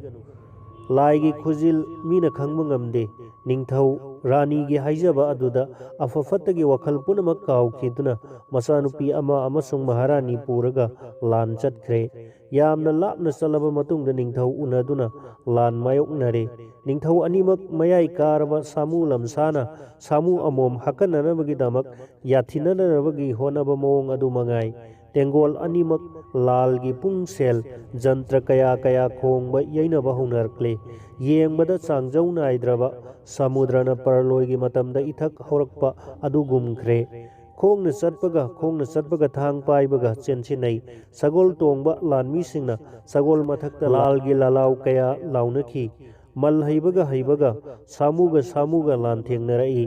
ꯗꯣꯂꯥꯏ ꯇꯣꯡꯕ ꯀꯥꯡꯕꯨꯁꯤꯡꯅ ꯇꯦꯟꯅ ꯅꯣꯡ ꯆꯨꯕꯒꯤ ꯃꯇꯧꯒꯨꯝ ꯀꯥꯞꯅꯔꯛꯏ꯫ ꯂꯥꯟꯐꯝꯗ ꯇꯦꯟ ꯊꯥꯕ, ꯊꯥꯡꯅ ꯌꯥꯟꯅꯕ ꯑꯃꯁꯨꯡ ꯇꯥꯅ ꯊꯤꯅꯕꯒꯤ ꯏ ꯃꯛꯇꯅ ꯄ꯭ꯔꯤꯊꯤꯕꯤ ꯑꯗꯣ ꯏꯔꯝ ꯅꯥꯏꯅ ꯆꯦꯜꯂꯛꯂꯦ꯫ ꯇꯦꯡꯒꯣꯜ ꯃꯁꯤꯡ ꯂꯥꯛꯉꯝꯗꯅ ꯁꯤꯅꯔꯛꯂꯦ꯫ ꯃꯗꯨ ꯐꯥꯎꯕ ꯅꯤꯡꯊꯧ ꯑꯅꯤ ꯂꯥꯜ ꯍꯟꯅꯕ ꯂꯩꯇꯦ꯫ ꯑꯇꯠꯄ ꯅꯥꯏꯗꯅ ꯂꯥꯜꯒꯤ ꯂꯥꯂꯥꯎ ꯈꯣꯜꯂꯥꯎꯀꯌా ꯂꯥꯎꯅꯗꯨꯅ ꯂꯤꯔꯨꯡꯒꯤ ꯁꯔꯤꯛ ꯈꯤꯡꯕ ꯇꯣꯛꯅꯗꯦ꯫ ꯂꯥꯟꯃꯤꯁꯤꯡꯅ ꯆꯦꯜ ꯆꯣꯡꯗꯨꯅ ꯂꯥꯟ ꯁꯣꯛꯅꯕꯗ ꯄ꯭ꯔꯤꯊꯤꯕꯤ ꯊꯛ ꯊꯛ ꯅꯤꯛꯏ꯫ ꯃꯥꯏꯀꯩ ꯑꯅꯤꯃꯛꯀꯤ ꯁꯒꯣꯜ, ꯁꯥꯃꯨ ꯑꯃꯁꯨꯡ ꯂꯥꯟꯃꯤ ꯃꯁꯤꯡ ꯈꯪꯗꯅ ꯁꯤꯅꯔꯦ꯫ ꯃꯈꯣꯏ ꯀꯅꯥ ꯑꯃꯠꯇ ꯂꯥꯛꯆꯅꯕ ꯄꯥꯛ ꯌꯥꯔꯝꯗꯦ꯫ ꯄꯨꯡ 4ꯔꯣꯝ ꯂꯥꯜ ꯊꯦꯡꯅꯔꯝꯃꯤ꯫ ꯏꯇꯅ ꯇꯨꯔꯦꯜ ꯑꯣꯏꯅ ꯏꯆꯦꯜ ꯅꯥꯏꯅ ꯆꯦꯜꯂꯦ꯫ ꯃꯃꯩꯊꯪꯗ ꯕꯤꯖꯣꯏ ꯅꯤꯡꯊꯧꯒꯤ ꯂꯥꯟꯃꯤ ꯄꯨꯝꯅꯃꯛ ꯈꯥꯡꯕ ꯉꯝꯗ꯭ꯔꯗꯨꯅ ꯂꯥꯜ ꯍꯨꯟꯗꯣꯛꯂꯝꯂꯒ ꯃꯃꯥꯏ ꯑꯣꯟꯗꯨꯅ ꯆꯦꯟꯈ꯭ꯔꯦ꯫ ꯃꯥꯒꯤ ꯂꯥꯟꯃꯤ ꯇꯦꯡꯒꯣꯜ ꯀꯥꯏꯈ꯭ꯔꯕ ꯑꯗꯨꯗꯗꯤ ꯅꯤꯡꯊꯧꯁꯨ ꯔꯥꯅꯤ ꯑꯃꯗꯤ ꯃꯆꯥꯅꯨꯄꯤ ꯂꯩꯍꯧꯔꯤ ꯍꯥꯏꯕ ꯈꯟꯗꯅ ꯃꯊ꯭ꯋꯥꯏ ꯄꯨꯗꯨꯅ ꯂꯥꯟ ꯆꯦꯟꯈ꯭ꯔꯦ꯫ ꯃꯍꯥꯔꯥꯅꯤ ꯑꯗꯣ ꯑꯍꯥꯟꯕꯗ ꯅꯤꯡꯊꯧ ꯑꯅꯤꯒꯤ ꯂꯥꯜ ꯎꯕꯗ ꯑꯀꯤꯕ ꯑꯉꯛꯄ ꯄꯣꯛꯂꯝꯃꯤ꯫ ꯀꯤꯕꯃꯛꯇꯅ ꯃꯁꯥꯗꯣ ꯊꯛ ꯊꯛ ꯅꯤꯛꯂꯝꯃꯤ꯫ ꯃꯔꯝ ꯑꯗꯨꯅ ꯃꯆꯥꯅꯨꯄꯤ ꯄꯨꯗꯨꯅ ꯕꯣꯟ ꯃꯅꯨꯡꯗ ꯆꯠꯈꯤꯔꯝꯃꯤ꯫ ꯔꯥꯅꯤ ꯃꯁꯥ ꯑꯗꯣ ꯀꯩ ꯃꯧꯜ ꯑꯃ ꯀꯨꯞꯁꯤꯜꯂꯒ ꯂꯣꯠꯇꯨꯅ ꯂꯩ꯫ ꯃꯆꯥꯅꯨꯄꯤꯅ ꯋꯥꯍꯣꯡ ꯃꯇꯨꯅ ꯃꯁꯥꯗꯣ ꯀꯨꯞꯇꯨꯅ ꯂꯣꯠꯇꯨꯅ ꯂꯩꯈ꯭ꯔꯦ꯫ ꯂꯥꯜ ꯑꯗꯣ ꯆꯟꯗ꯭ꯔꯁꯤꯡ ꯅꯤꯡꯊꯧꯅ ꯖꯣꯏ ꯑꯣꯏꯔꯦ꯫ ꯂꯥꯜ ꯉꯝꯂꯕꯗ ꯆꯟꯗ꯭ꯔꯁꯤꯡ ꯃꯍꯥꯔꯥꯖ ꯍꯔꯥꯎꯅ ꯃꯥꯒꯤ ꯂꯥꯟꯃꯤ ꯄꯨꯗꯨꯅ ꯃꯌꯨꯝꯂꯣꯝꯗ ꯍꯜꯂꯛꯂꯦ꯫ ꯃꯇꯝ ꯑꯗꯨꯗ ꯆꯟꯗ꯭ꯔꯁꯤꯡ ꯅꯤꯡꯊꯧꯒꯤ ꯃꯆꯥꯅꯤꯄꯥ ꯌꯨꯕꯔꯥꯖꯀ ꯂꯣꯏꯅꯅ ꯃꯊ꯭ꯋꯥꯏ ꯍꯔꯥꯎꯗꯨꯅ ꯕꯣꯟ ꯑꯗꯨꯗ ꯕꯣꯟꯒꯤ ꯐꯖꯕ ꯌꯦꯡꯕ ꯑꯣꯏꯅ ꯀꯣꯏꯔꯛꯏ꯫ ꯕꯣꯟ ꯑꯗꯨꯁꯨ ꯀꯌꯥꯗꯤ ꯐꯖꯈ꯭ꯔꯦ꯫ ꯍꯩ ꯂꯩꯅ ꯀꯌꯥ ꯁꯥꯠꯂꯤꯕ, ꯎꯆꯦꯛꯁꯤꯡꯅ ꯀꯌꯥ ꯅꯨꯡꯁꯤꯕ ꯈꯣꯟꯖꯦꯜꯅ ꯈꯣꯡꯂꯤꯕ, ꯈꯣꯏꯃꯨꯁꯤꯡꯅ ꯂꯩꯗꯒꯤ ꯂꯩꯍꯤ ꯆꯨꯞꯇꯨꯅ ꯀꯌꯥ ꯉꯪꯂꯤ, ꯀꯣꯀꯤꯜꯁꯤꯡꯅ ꯀꯨꯍꯨ ꯀꯨꯍꯨ ꯈꯣꯡꯂꯤ, ꯃꯂꯌꯥ ꯅꯨꯡꯁꯤꯠ ꯅꯥꯃꯤꯕꯅ ꯂꯤꯔꯤ ꯂꯤꯔꯤ ꯁꯤꯠꯂꯤ, ꯍꯥꯖꯪ ꯆꯥꯕ ꯁꯖꯤ ꯁꯉꯥꯏꯅ ꯍꯔꯥꯎꯅ ꯆꯦꯟ ꯆꯣꯡꯗꯨꯅ ꯁꯥꯟꯅꯔꯤ꯫ ꯗ꯭ꯔꯤꯁ꯭ꯌ ꯑꯗꯨ ꯎꯔꯨꯕꯗ ꯅꯤꯡꯊꯧ ꯆꯟꯗ꯭ꯔꯁꯤꯡ ꯊꯣꯏꯗꯣꯛꯅ ꯄꯨꯛꯅꯤꯡ ꯊꯣꯠ ꯅꯧꯈ꯭ꯔꯦ꯫ ꯃꯔꯝ ꯑꯗꯨꯅ ꯃꯄꯥ ꯃꯆꯥ ꯑꯅꯤ ꯎꯈꯣꯡ ꯑꯃꯗ ꯐꯝꯗꯨꯅ ꯕꯣꯟꯒꯤ ꯐꯖꯕꯗꯣ ꯍꯔꯥꯎꯅ ꯌꯦꯡꯂꯤ꯫ ꯃꯥꯅ ꯑꯁꯨꯝ ꯌꯦꯡꯕꯗ ꯕꯣꯟꯒꯤ ꯎꯐꯨꯜ ꯃꯔꯛꯇ ꯅꯨꯄꯤ ꯈꯣꯡꯒꯨꯜ ꯇꯥꯕ ꯎꯔꯝꯃꯤ꯫ ꯑꯗꯨꯅ ꯃꯆꯥꯅꯤꯄꯥ ꯌꯨꯕꯔꯥꯖꯇ ꯅꯤꯡꯊꯧꯅ ꯍꯥꯏꯈꯤ, ꯌꯦꯡꯉꯨ ꯌꯨꯕꯔꯥꯖ, ꯂꯥꯟꯃꯤꯁꯤꯡꯒꯤ ꯃꯔꯛ ꯑꯁꯤꯗ ꯅꯨꯄꯤꯒꯤ ꯈꯣꯡꯒꯨꯜ ꯃꯥꯟꯕ ꯌꯥꯎꯔꯤ꯫ ꯃꯈꯣꯏꯁꯤꯡ ꯑꯗꯣ ꯁꯣꯏꯗꯅ ꯕꯣꯟ ꯑꯁꯤꯗ ꯂꯣꯠꯇꯨꯅ ꯂꯩꯔꯝꯒꯅꯤ ꯑꯩꯈꯣꯏꯅ ꯐꯪꯅꯕ ꯊꯤꯁꯤ ꯑꯗꯨꯒ ꯀꯔꯤꯒꯨꯝꯕ ꯅꯨꯄꯤꯁꯤꯡ ꯑꯗꯣ ꯊꯦꯡꯅꯔꯕꯗꯤ ꯊꯦꯡꯅꯕ ꯃꯤꯅ ꯑꯗꯨꯝ ꯂꯧꯅꯁꯤ ꯅꯤꯡꯊꯧ ꯃꯄꯥ ꯃꯆꯥ ꯕꯣꯟ ꯃꯅꯨꯡ ꯑꯗꯨꯗ ꯀꯣꯏꯊꯤ ꯊꯤꯔꯛꯂꯦ ꯃꯗꯨꯗ ꯔꯥꯖ ꯀꯩꯅ꯭ꯌꯥ ꯕꯤꯖꯣꯏ ꯅꯤꯡꯊꯧꯒꯤ ꯃꯆꯥꯅꯨꯄꯤ ꯑꯗꯣ ꯋꯥꯍꯣꯡ ꯃꯇꯨꯅ ꯀꯨꯞꯇꯨꯅ ꯂꯣꯠꯂꯝꯕ ꯊꯦꯡꯅꯔꯨꯔꯦ ꯅꯤꯡꯊꯧꯅ ꯎꯆꯦꯛ ꯃꯇꯨ ꯑꯗꯣ ꯍꯥꯏꯗꯣꯛꯂꯨꯕꯗꯗꯤ ꯄꯨꯔꯅꯤꯃꯥꯒꯤ ꯊꯥꯖꯕꯨ ꯑꯃꯪꯕ ꯅꯣꯡꯅ ꯀꯨꯞꯂꯝꯕꯗꯒꯤ ꯍꯥꯏꯗꯣꯔꯛꯄ ꯑꯗꯨꯒꯨꯝꯅ ꯅꯤꯡꯊꯤꯖꯩ ꯃꯥꯒꯤ ꯃꯁꯛ ꯑꯗꯣ ꯎꯕꯗ ꯅꯤꯡꯊꯧ ꯁꯨꯝꯍꯠꯈ꯭ꯔꯦ ꯑꯗꯨꯅ ꯄꯟꯊꯕ ꯇꯧꯗꯨꯅ ꯃꯥꯒꯤ ꯗꯣꯂꯥꯏꯗ ꯅꯨꯄꯤ ꯑꯗꯣ ꯍꯥꯞꯂꯒ ꯀꯣꯅꯨꯡꯂꯣꯝꯗ ꯂꯥꯛꯂꯦ ꯑꯃꯔꯣꯝꯗ ꯔꯥꯖꯀꯨꯃꯥꯔ ꯖꯨꯕꯔꯥꯖ ꯑꯗꯨꯁꯨ ꯀꯩ ꯃꯎꯟꯅ ꯀꯨꯞꯇꯨꯅ ꯂꯩꯔꯤꯕ ꯃꯍꯥꯔꯥꯅꯤ ꯕꯤꯖꯣꯏꯒꯤ ꯅꯨꯄꯤ ꯑꯗꯣ ꯊꯦꯡꯅꯔꯨꯔꯦ ꯖꯨꯕꯔꯥꯖꯅ ꯀꯩ ꯃꯎꯟ ꯑꯗꯣ ꯍꯥꯏꯗꯣꯛꯂꯨꯕꯗ ꯅꯣꯡꯊꯥꯡ ꯀꯨꯞꯄꯒꯤ ꯃꯑꯣꯡꯒꯨꯝꯅ ꯃꯉꯥꯜ ꯐꯥꯎꯔꯛꯂꯦ ꯔꯥꯅꯤ ꯑꯗꯨꯁꯨ ꯑꯎꯕ ꯅꯤꯄꯥꯁꯤꯡꯒꯤ ꯃꯤꯠꯐꯝ ꯍꯣꯡꯕ ꯌꯥꯗꯕ ꯁꯛꯇꯝꯅꯤ ꯃꯗꯣ ꯊꯦꯡꯅꯔꯕꯗ ꯖꯨꯕꯔꯥꯖ ꯃꯥꯒꯤ ꯗꯣꯂꯥꯏꯗ ꯍꯥꯞꯇꯨꯅ ꯍꯔꯥꯎꯅ ꯀꯣꯅꯨꯡꯗ ꯍꯜꯂꯛꯂꯦ ꯃꯄꯥ ꯅꯤꯡꯊꯧꯅ ꯂꯥꯏꯕꯛ ꯐꯕꯅ ꯂꯩꯁꯥꯕꯤ ꯑꯣꯏꯔꯤꯕꯤ ꯔꯥꯖ ꯀꯩꯅ꯭ꯌꯥ ꯑꯗꯣ ꯐꯪꯈ꯭ꯔꯦ ꯃꯆꯥꯅꯤꯄꯥ ꯖꯨꯕꯔꯥꯖꯅ ꯅꯨꯄꯤ ꯃꯆꯥ ꯑꯗꯨꯒꯤ ꯃꯃꯥ ꯃꯍꯥꯔꯥꯅꯤ ꯑꯗꯣ ꯐꯪꯂꯦ ꯃꯈꯣꯏ ꯃꯇꯝ ꯈꯔ ꯂꯩꯔꯒꯗꯤ ꯉꯝꯅ ꯍꯩꯔꯥꯡ ꯃꯔꯨ ꯍꯨꯟ ꯇꯥꯎꯖꯤꯡ ꯃꯃꯤ ꯇꯝꯅꯔꯛꯂꯦ ꯃꯇꯝ ꯑꯃꯠꯇꯗ ꯃꯈꯣꯏ ꯑꯅꯤꯃꯛ ꯃꯄꯥꯔꯤ ꯑꯃꯃꯝ ꯐꯪꯅꯔꯦ ꯍꯧꯖꯤꯛ ꯃꯆꯥ ꯅꯤꯉꯣꯟꯅ ꯃꯅꯦꯝ ꯑꯣꯏꯈ꯭ꯔꯦ ꯃꯃꯥꯅ ꯃꯃꯧ ꯑꯣꯏꯔꯔꯦ ꯋꯥꯔꯤ ꯃꯇꯥꯡ ꯑꯁꯤꯗ ꯕꯦꯇꯥꯅ ꯕꯤꯀ꯭ꯔꯃꯥꯗꯤꯇ꯭ꯌꯗ ꯍꯪꯂꯛꯏ ꯃꯍꯥꯔꯥꯖ ꯃꯃꯥ ꯃꯆꯥꯅ ꯄꯣꯛꯆꯔꯤꯕ ꯑꯉꯥꯡ ꯑꯅꯤ ꯑꯃꯗꯤ ꯃꯈꯣꯏ ꯃꯃꯥ ꯃꯆꯥ ꯑꯗꯣ ꯀꯔꯤ ꯀꯔꯤ ꯊꯣꯛꯅꯕꯒꯦ ꯋꯥꯗꯣ ꯇꯥꯕꯗ ꯕꯤꯀ꯭ꯔꯃꯥꯗꯤꯇ꯭ꯌꯅ ꯌꯥꯝꯅ ꯅꯣꯂꯨꯛꯄ ꯋꯥꯍꯩꯅ ꯍꯥꯏꯖꯩ ꯃꯍꯥꯁꯣꯏ ꯍꯟꯗꯛꯀꯤ ꯋꯥꯍꯪ ꯑꯁꯤꯅ ꯑꯆꯨꯝꯕ ꯄꯥꯎꯈꯨꯝ ꯄꯤꯒꯗꯕ ꯈꯔ ꯂꯨꯔꯦ ꯅꯤꯡꯊꯧ ꯑꯗꯨꯅ ꯑꯄꯥꯝꯕ ꯍꯪꯃꯟꯈꯤꯗꯨꯅ ꯋꯥꯈꯜ ꯇꯧꯍꯧꯗꯕꯅꯤ ꯃꯍꯥꯛ ꯑꯉꯥꯎꯕꯒꯤ ꯃꯑꯣꯡꯒꯨꯝꯕꯅꯤ ꯋꯥꯍꯪ ꯑꯁꯤꯒꯤ ꯑꯁꯦꯡꯕ ꯄꯥꯎꯈꯨꯝ ꯄꯤꯅꯤꯡꯉꯥꯏ ꯃꯤ ꯑꯇꯣꯞꯄ ꯑꯃꯠꯇ ꯂꯩꯔꯔꯣꯏ ꯅꯤꯡꯊꯧꯒꯤ ꯋꯥꯗꯣ ꯇꯥꯕꯗ ꯕꯦꯇꯥꯜ ꯊꯣꯏꯗꯣꯛꯅ ꯅꯨꯡꯉꯥꯏꯈ꯭ꯔꯦ ꯃꯁꯤꯅ ꯕꯦꯇꯥꯜꯒꯤ 25 ꯁꯨꯕ ꯋꯥꯍꯪꯅꯤ ꯕꯦꯇꯥꯜꯅ ꯃꯥꯒꯤ ꯋꯥꯍꯪ 25ꯃꯛꯀꯤ ꯃꯇꯤꯛ ꯆꯥꯕ ꯄꯥꯎꯈꯨꯝꯁꯤꯡ ꯕꯤꯀ꯭ꯔꯃꯥꯗꯤꯇ꯭ꯌꯗꯒꯤ ꯐꯪꯂꯕꯗ ꯄꯦꯜꯂꯗꯨꯅ ꯕꯤꯀ꯭ꯔꯝꯕꯨ ꯄ꯭ꯔꯤꯊꯤꯕꯤ ꯁꯤꯟꯕ ꯊꯨꯡꯅ ꯃꯃꯤꯡ ꯆꯠꯄ ꯅꯤꯡꯊꯧ ꯑꯃ ꯑꯣꯏꯅꯕ ꯍꯣꯠꯅꯕꯗ ꯃꯇꯦꯡ ꯄꯥꯡꯕ ꯍꯧꯈ꯭ꯔꯦ ꯕꯤꯀ꯭ꯔꯃꯥꯗꯤꯇ꯭ꯌꯅ ꯇꯥꯜ ꯕꯦꯇꯥꯜ ꯐꯪꯕ